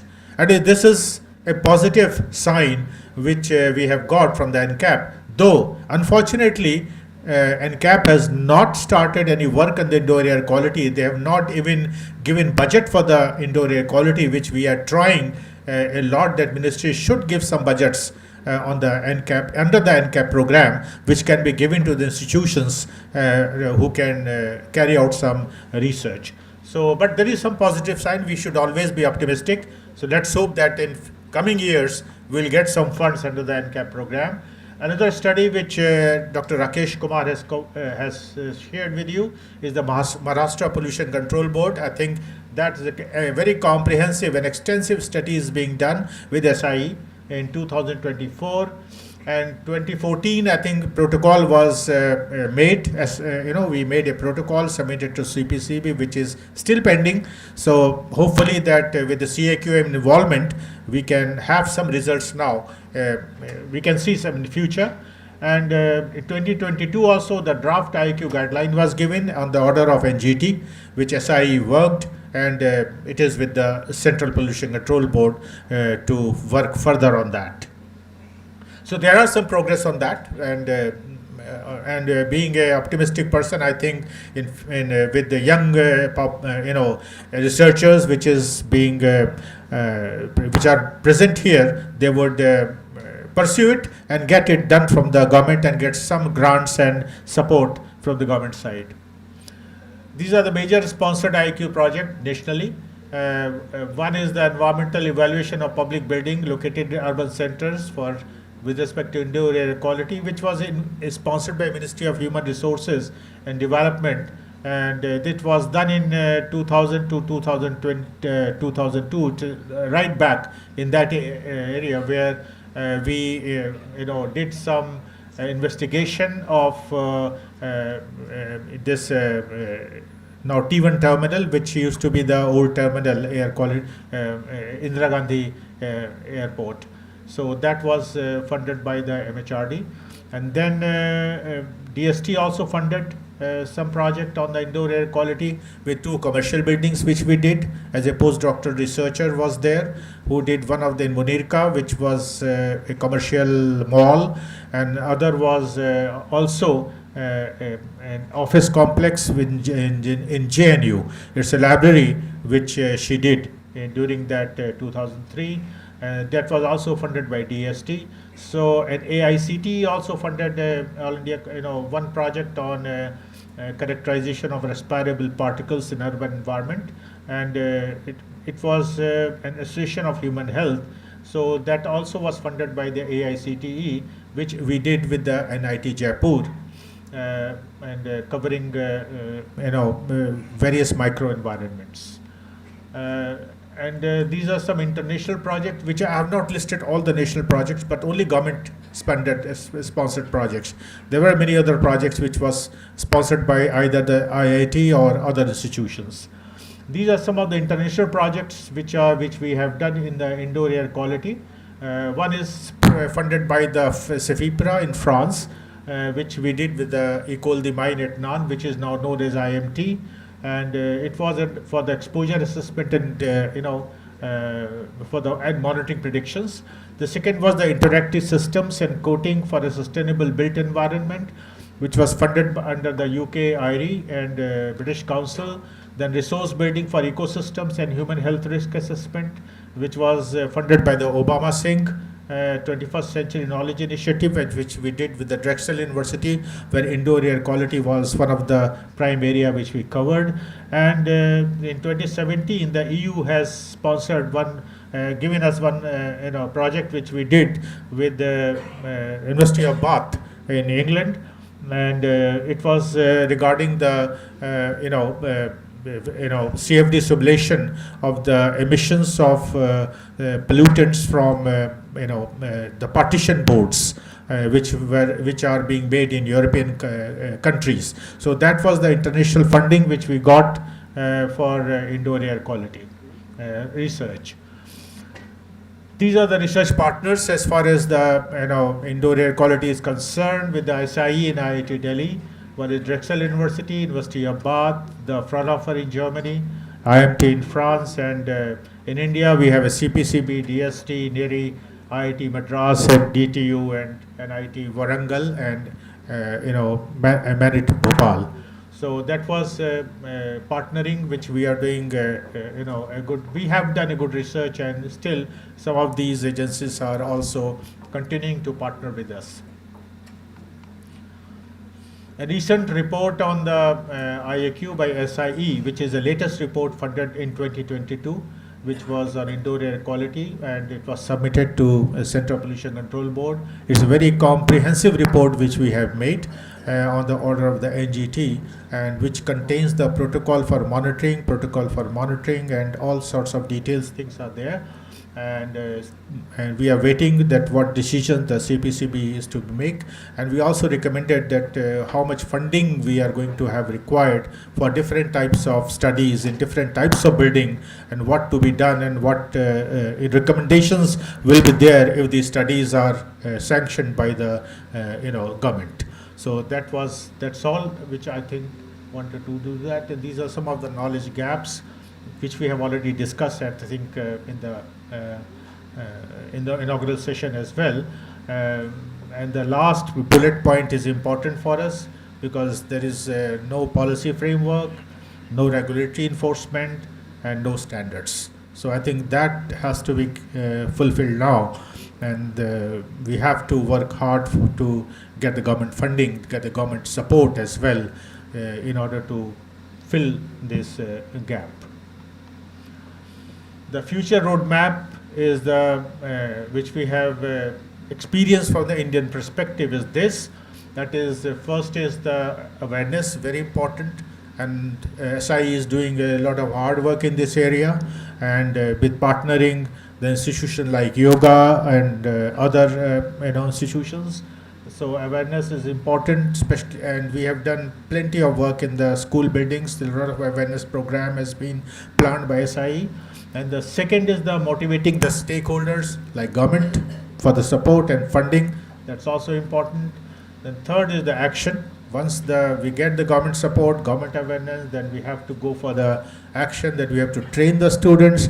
We have to have good labs and teachers also, so that teachers can also know that what is the indoor air quality, how to study this area, and how to train their students to tackle the indoor air pollution problems. And last is the fulfillment. When all these three steps we crossed, then we can fulfill the expectations, not from the government but also from the public. So this is the future roadmap which we have drawn on the basis of our experience, which we are doing our studies in the indoor air quality since we started in 1995.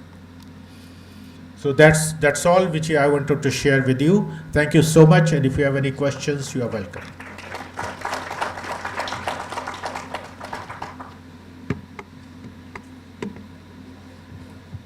We have a question, sir. Yeah. Mic, can we have the mic, please?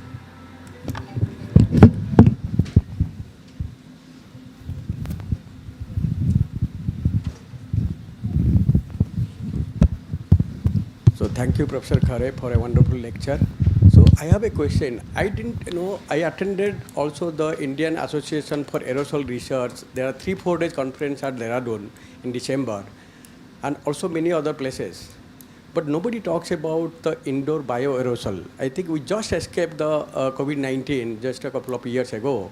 So that is very critical, and we never know when the next pandemic will come.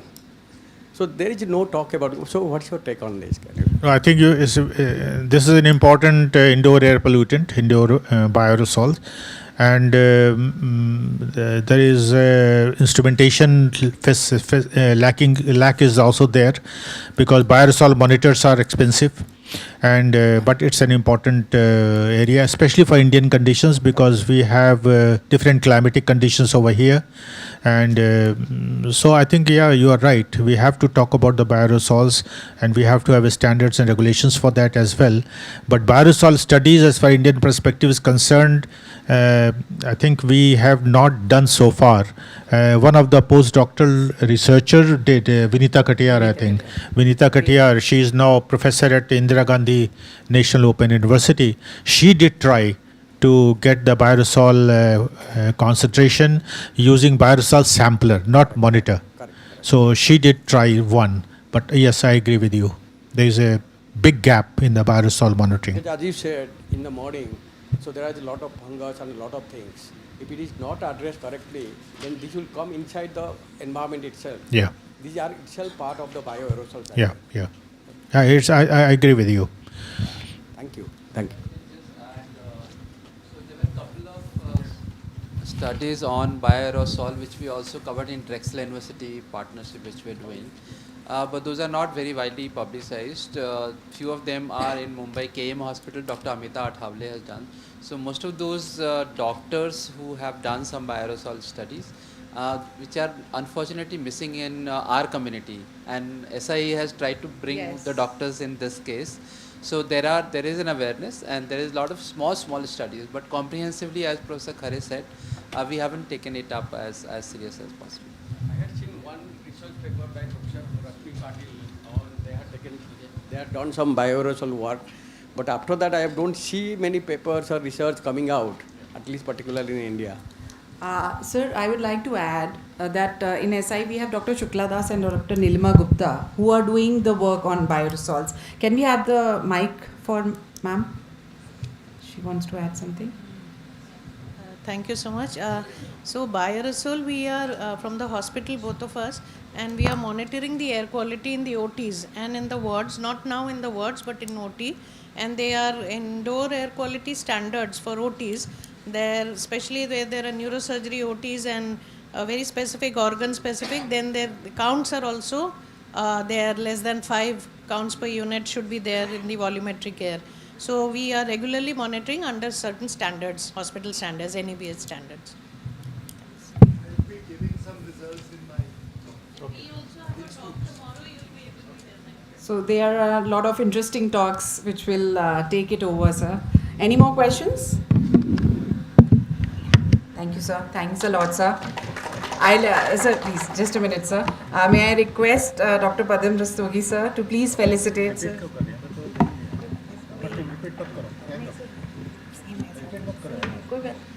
Sir, please. Sir.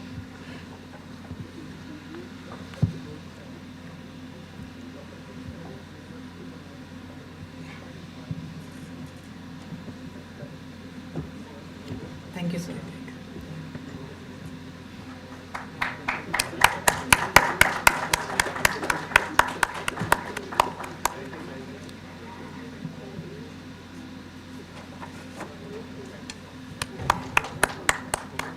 Sir, I'll request you to be here for a moment. We have another award category that I want you guys to give.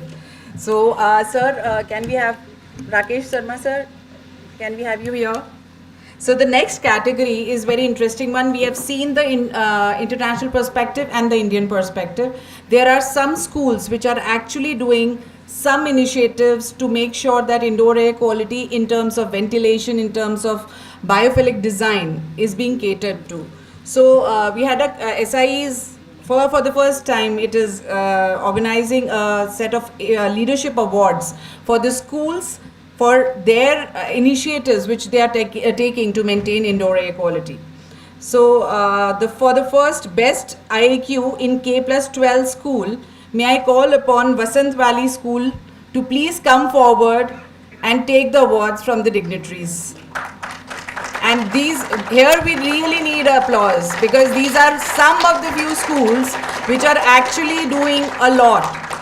Because there is lack of awareness, but beyond that, I think thinking beyond the future, I may call it as. We also will have a good presentation from them tomorrow, wherein they will talk about those initiatives on which they are getting the award. So, we have the faculty, we have the senior members from the school. Please come forward. We have some children. We have the school children, the youth who is going to take this forward. Please go. May I request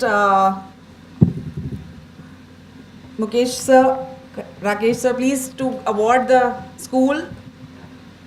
This is for the category of Best IEQ in K+12 award.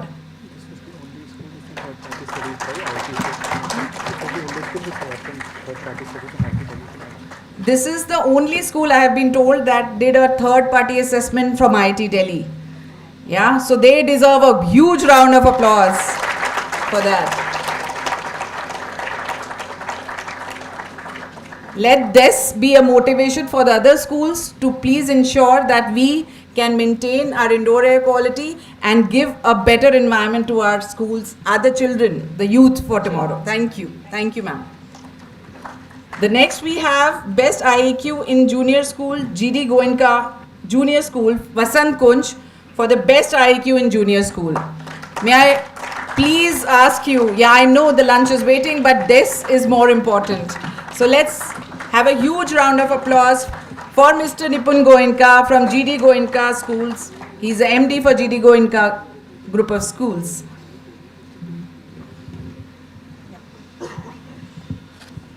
So, Anshu.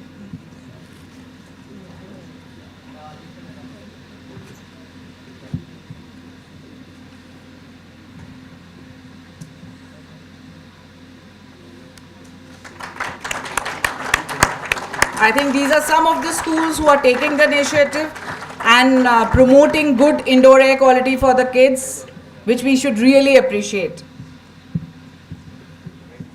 Thank you, sir. Thank you. Then we have the best biophilic design in K+12 schools, which went to Sardar Patel Vidyalaya, Lodi Estate. I think they will be, all these schools will be presenting their initiatives tomorrow. So please stay tuned till tomorrow. We have the next best ventilation practices, which went to Heritage International Experiential Schools. So everything that we heard from Prashant Kumar sir, we will have something to showcase from Indian perspective also tomorrow. Thank you, everyone. We break for lunch and we meet. Thank you, sir. Thank you so much, Rakesh sir. Thank you, Kare sir. Thank you, Rastogi sir. We meet at 2:15. No. We have to meet at 2:15, then we'll come at 2:30. So let's meet up at 2:30 here itself for the extravaganza that we have organized by the college students. Thank you.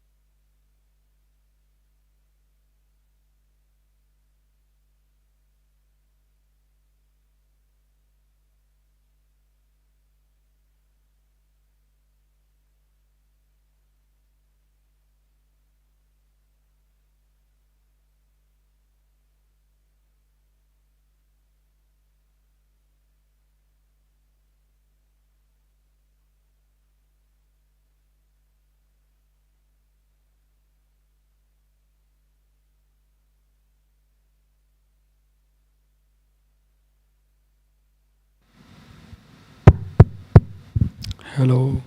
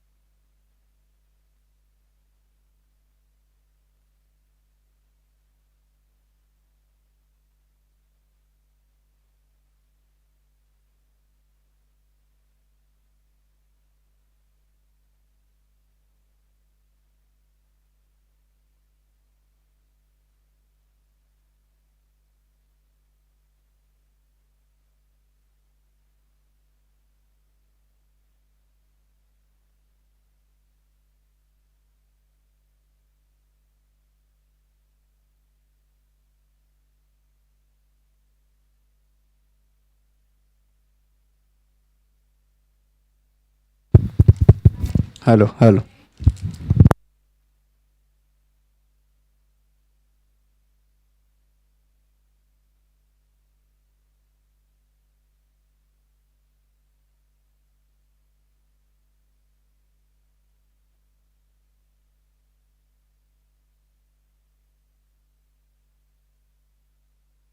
Hello, hello, hello, hello.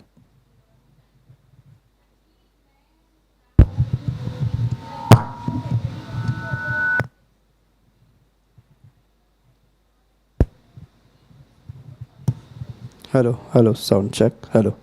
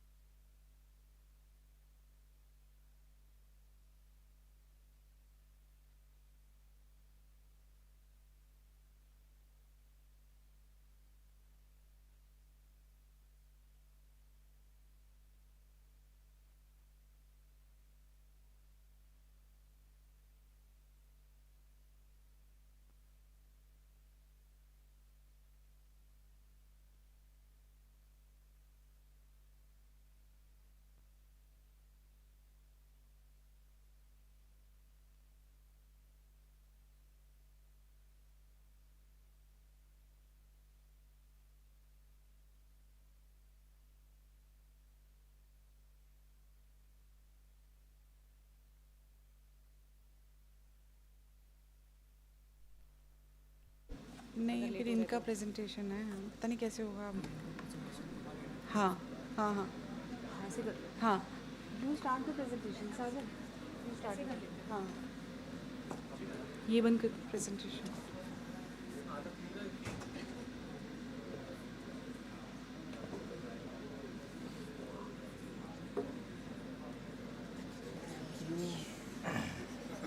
इसमें नहीं. उनका late आया था ना. जल्दी से.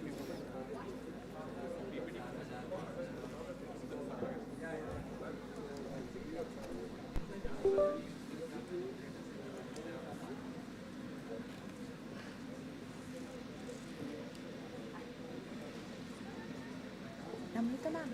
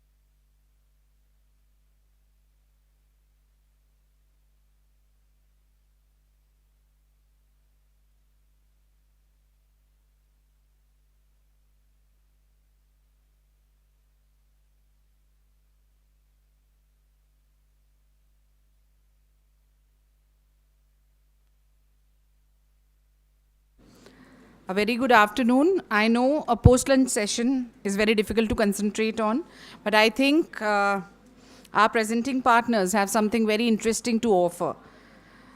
Yoga Clean Air is an interesting group of air quality advocates from various backgrounds, united by a common dedication to right to clean air for all. With a mission to guarantee that everyone has access to clean air, they have addressed the issue of poor air quality in indoor spaces. Now over to you for the yoga presentation. Thank you.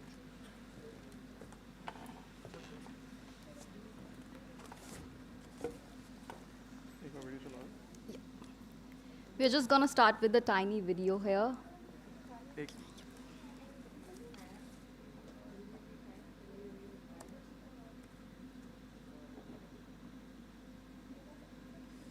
Found the solution to air pollution for your home and office. These standing air purifiers aren't built to manage India's high level of air pollution. We need something more hardcore. I came across this yoga air purifier a month ago. They installed this machine that pulls in air from the environment and pushes it through 3 very thick layers of filters, so you're constantly breathing in clean, purified air. In December, the AQI in my home was 160. But for the last 1 month, the AQI in the house has consistently been 1. This is a game changer. I have so much more information to share that I've written it. If you're still confused about deciding your yoga class, let me give you a quick work. So this is the meter to check the PMS level. Let's go out. Come.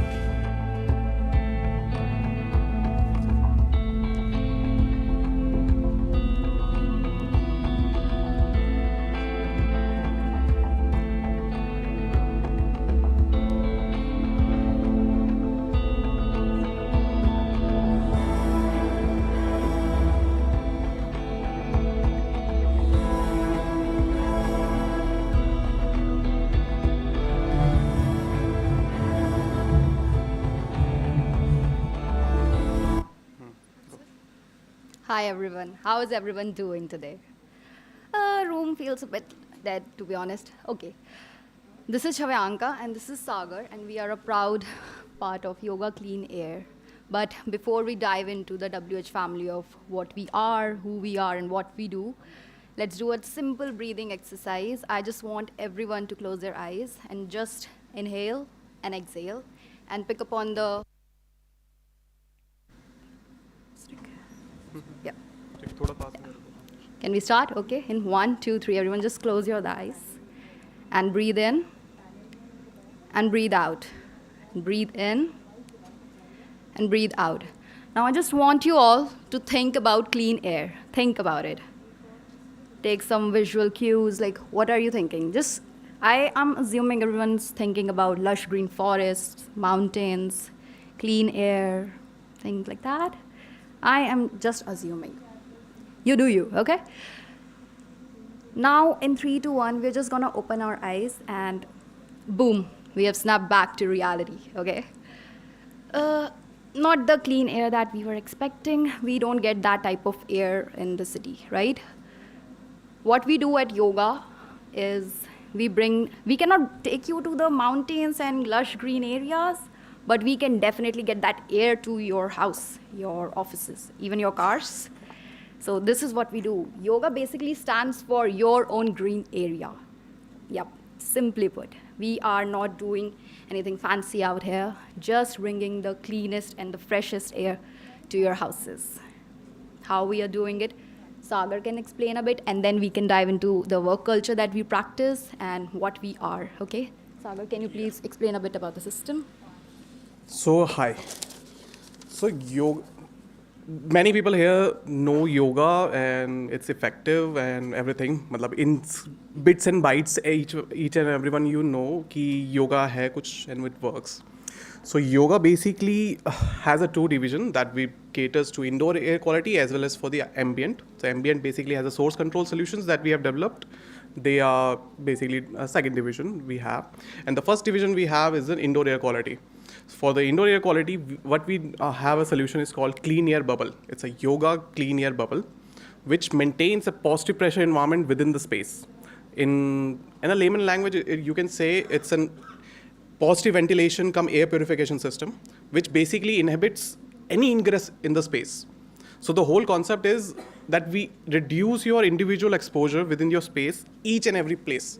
It's not just कि आपने एक bedroom में एक purifier लगा लिया and that's it. Your corridor is not effective. And so that was the major problem that we usually faced in Delhi NCR, that we have some purifiers at some corners and all, but the whole house is not, covered. You are staying in the living area as well, not just in your bedroom. So with us, we caters to the whole space. You have seen the video, or I guess I will just show you again. Just a second. I found the solution to air pollution for your home and office. I found the solution to air pollution for your home and office. I found the solution to air pollution for your home and Sorry, it's not pause नहीं हो रहा. But the thing is, unit हम किसी एक space में जब हम design करते हैं system. So system is designed based on the volumetric space we have. Is like if you have a 3 BHK space, we put one unit there and caters the whole space from a common one point. You have seen in the video, you have just one unit. It's in the Mumbai. So that's why they were saying कि 150 का AQI and 150 is really good in Delhi NCR के अगर aspect में देखें, but they were facing a major issue there. So वो one एक particular source से हम पूरा space cover कर लेते हैं, पूरा 3 BHK का, just by making sure the space has a positive pressure environment. It's like we make sure that the space has an excess amount of air at each and every place. So it helps us in one thing, not just one, maybe two. Like we control the pollutants, PM 2.5, very precisely because the filtration is done with an EP1 95% filters. It's a very high grade filters. Second is the dilution that we do. So we are continuously diluting the space, which makes sure there's no growth of the VOCs and everything. So we are just diluting the space each and every second. So that is a major concept, that we cater overall AQI, not just PM particles. We are catering PMs, VOCs, CO2, everything within the space. So that makes us a wholesome air quality solution rather than just catering to one particular problem. And all these things are happening without ozone generation or ionization or anything. So you don't have any byproducts or anything in there. Yeah. Sure. Now I would like to talk about our work culture and what we do and how we are doing it. So we are here to disrupt the market. We are not going with the flow, and as Kanye West said, only dead fish go with the flow, right? So we are here to disrupt the market. We are not your regular air purifier brand. We are doing something very different. And what makes us stand out is our commitment to delivering the clean air. Sachin has been in the industry for over 2 decades now, almost 2 decades now. And one thing that has been consistent throughout is the commitment to deliver the clean air. And I think it's going to get stronger given the support and love we get from our clients. We do not, it is a fun fact that we do not have any marketing or sales team. We really do not. The company doesn't force us to, push for the sales or jump to the leads. We don't do that here. We really do not do that here. What we do is we converse with our clients, understand their requirements, and we try to understand how serious they are about the air. They really don't have to know about the jibber jabber of all the AQI and everything. But if they are serious about the air, we are here to deliver. It's the commitment to air that we are very serious about. And this is what we look for in our clients also. You want clean air, we are going to be delivering it. From our founders to field executives, everyone is on the same page about the delivery of clean air. In most of the offices, most daunting thing could be your Monday meetings or fortnightly meetings. But in our office, if Sachin is in the office and units are not working, oh God, it's a terrible day. We do not like that. Yeah, so because funda here is very simple. If we cannot do it for ourselves, how can we do it for you? The quality that we have is the same quality we want you all to have. This is how it goes. And as I said, we do not push for sales or leads. We don't do that. Why? Because people just experience it. They are so happy with the product and they just go for it. And they then use their platforms to, educate people more about on the same topic. Yes, that's how it's going. Given where we are so happy that all the love, everything that we have received from us, it's very important for us. All the social media presence, whether it's on LinkedIn or Facebook or X, it's all our clients talking about us. We never ever have to push anything here. It's everything. Everything here is organic. Like this video that we're talking about, Miss Riddhi found out about our product. She was so happy and she realized that we need to talk more about the indoor air quality and air pollution in general. So she posted this video. Like this is how it's going for us. People are just happy and they want to promote us. Like we don't have to do anything here. Only thing is that we take into consideration is your seriousness about air. This is one thing that we keep emphasis on, like again and again. If we cannot do it for ourselves, we cannot do it for you. There is so much encouragement to get the systems for employees also. Like we are always saying that you should also get the system at your home. Why? Because if we can understand what is happening with the system, how the levels are running, we can relate to the issues that the clients might be facing. And what is better than that? Like, I don't know if many of you know that, but founders of Pepsi, they do not let their kids drink Pepsi. Mark Zuckerberg, he covers his camera when he's using his laptop. But we are very different. We are breathing the same air. The same air is what we are providing to you guys. It's the commitment and the transparency in the air quality. This is what yoga is. And over the years, as I said, the commitment is only getting stronger. We literally started from plants, and we have reached here. We still do have clients who are like 10, 15 years old, and they have been with us through and through, and we are still taking care of their plants for them. Like this is the commitment we are looking towards, and this is our promise that we want to and we're gonna be continuing this thing for a very long time. And this is what makes us stand out, I think. Yeah. So as she said, we are not a sales-driven company. We are a purely result-driven company. We have been delivering result after result, and that's the only way we have been, growing since. Okay. So so something for that. I will just share you some write-ups that people have told us. So this is a senior journalist in Delhi. So she said to us that you have spoiled us. So she basically had, when ambient levels were touching 1500 AQI in Delhi, she was having 14 at her home, and she was really concerned. 14 she had. And she was like, you guys have spoiled us, that I need less than 10 at all times. So she gave me a call at that time. And there's a senior high court judge in Delhi. So basically, they were having a COPD patient at their home, and they were very concerned for the air quality at their house. And they said the hospital the mother was admitted. That hospital is one of the reputed hospital in Delhi and has an ICU care. In that ICU care, the level was almost 200. And the house they brought back, it was 1.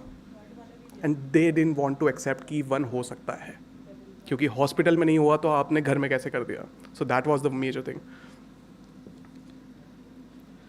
There are people who have been writing about us and on online and all. These are some people in Noida. They are from the IT background, so they wanted to go through rigorously. One thing that makes us different than any other company is that people want to experiment everything with us. There are people who have called me at night at 11 that Sagar, this is happening in our house. This is something. So they give us feedback at any time of the day because they are feeling it in real time. They can tell you the difference, how's the air and everything. So there was another professor in the South Asian University. So she literally said to me that either it's yoga or we are leaving the city. She was in Goa for last 3 weeks. She left her office and everything, took a sick leave and everything, and went to Goa. They're like, कि मैं वहीं से काम कर लूँगी, but I won't stay in Delhi unless we have yoga back at home. And this is not the case just for one person. There are multiple people who have stayed in Delhi this year, last year, and couple of years, that we are able to maintain the levels for them, for their house. Otherwise, they won't stay in Delhi NCR at any cost. Even Dr. Pranay Roy, he's a founder of NDTV. So he told me the day we installed the system at his house, he called me and said, like, Sagar, do you know what's the level at my house? I was like, okay, nahi, abhi monitor connected nahi hai, data nahi aa raha hamare paas abhi. So he said, my house is at 2. And he was like, it's unbelievable. I used to live at 150 or 200. So that was the thing. So basically, clients are our ambassadors. So we never want to run a sales team or marketing team or something. We even not in the domain of that. But yeah, one thing we are good in delivering. So even right now, you can see that there's a monitor that has been placed since the whole day. So if you basically, I'll just skip to it. So this is the QR code for right now for the air quality. If you can scan it, you will see the levels from this monitor as well as for the ambient monitor we have placed. So you can see the real-time difference, what's happening. So irrespective of ambient conditions, we can maintain best air quality in the space. So that is the thing. And we'll just give you a brief idea like how air quality stays in the houses. Sorry. 1 more minute. Yeah, okay. So this is the QR code. Yeah, so this is at the moment is 1. This is a real-time monitoring that we do, as well as this monitor also has a CO2 as well. So right now it's 768. And let me tell you one thing, this space doesn't have a fresh air. This space, when we did a Reiki first, so we understood this space doesn't have any fresh air. So any event that was happening here were always the most polluted space. And right now it's 800 something touching. So we are maintaining that CO2 levels only because of our system, which is running at back end. And yeah, so, okay, I will just, sorry, we went overhead and yeah. Thank you so much for this. If you have any other questions, please let me know. Thank you.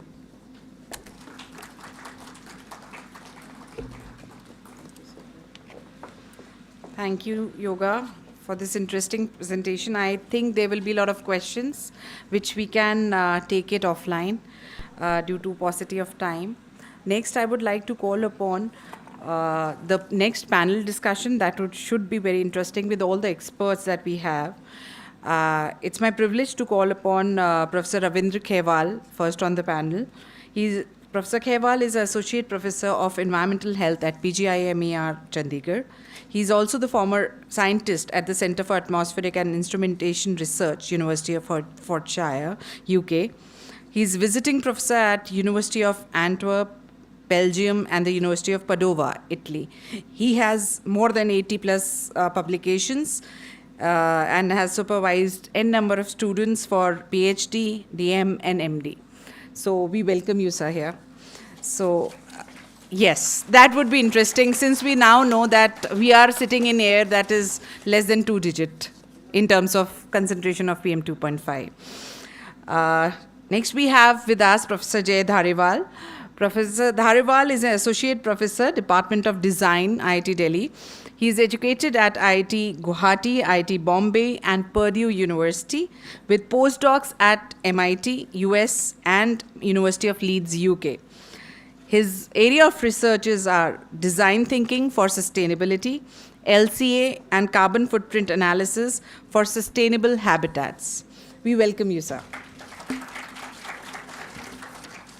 Next, we have Mr. Chirag Kataria. Mr. Kataria has over 15 years of experience in enhancing indoor air quality. He is a graduate of IIT Kharagpur with deep knowledge of molecular filtration. He has published a lot of articles and collaborated with leading multinational corporations to tackle IAQ challenges. We welcome you, sir. And to moderate this panel, may I call upon Dr. S.K. Goel, sir, our expert for this session. He's a chief scientist and head CSIR NEERI Zonal Center, Delhi, with 35 years of experience in environmental science. Sir has his expertise in environmental impact assessment, air and water pollution research, and industrial sector studies. We welcome you, sir. Over to you, sir.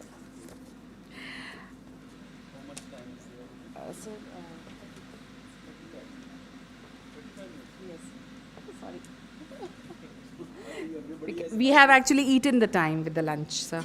So we would want to have as good a presentation. Yeah, thank you.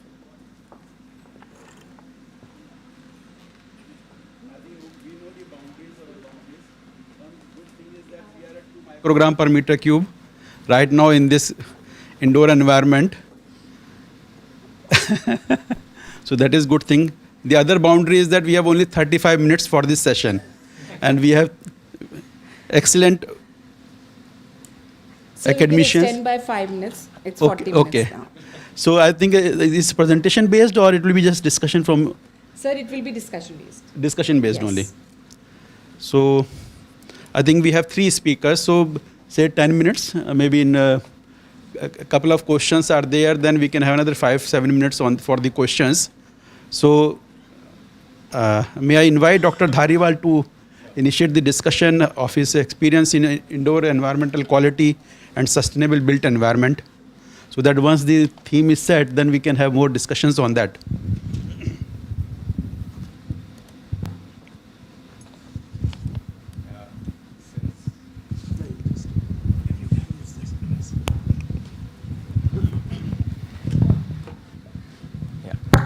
Yeah, so thank you so much for the opportunity.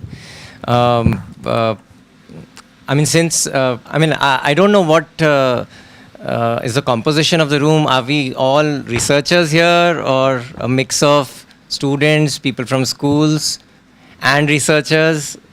It's a mix, okay. So one of the, and you said I have 10 minutes, right? Yeah, please do let me know. So I think the idea is that, how do we make sure that we have better IEQ, in ideally almost every school of the country, and have, one of the things is, having such clean air here, as we just had a presentation some time back. So I'll probably talk in more layman terms than maybe wearing the hat of a researcher. So one thing I'll tell you is that, one is, of course, that as researchers, we would like to set up guidelines, and then, everybody could be made aware of it, and then they could do something about it. But another thing that could be done is to start off, and I'll just share some pointers, because we've had very distinguished set of presentations already, and there are more in the pipeline. So you will know more about IEQ, indoor air quality, and thermal comfort, and ergonomics, and so on. So one thing I'll tell you to get started with, if say a lot of you can't maybe make sense of what's there in the research papers is at least maybe getting started with ChatGPT. I don't know if some people may frown at it, but I would say at least you can start giving some prompts about, how do we get better indoor air quality or indoor environmental quality in schools, in India, in Delhi, in whatever, Bangalore, Bombay. You can't trust everything that it says, but I feel that could be a good starting point.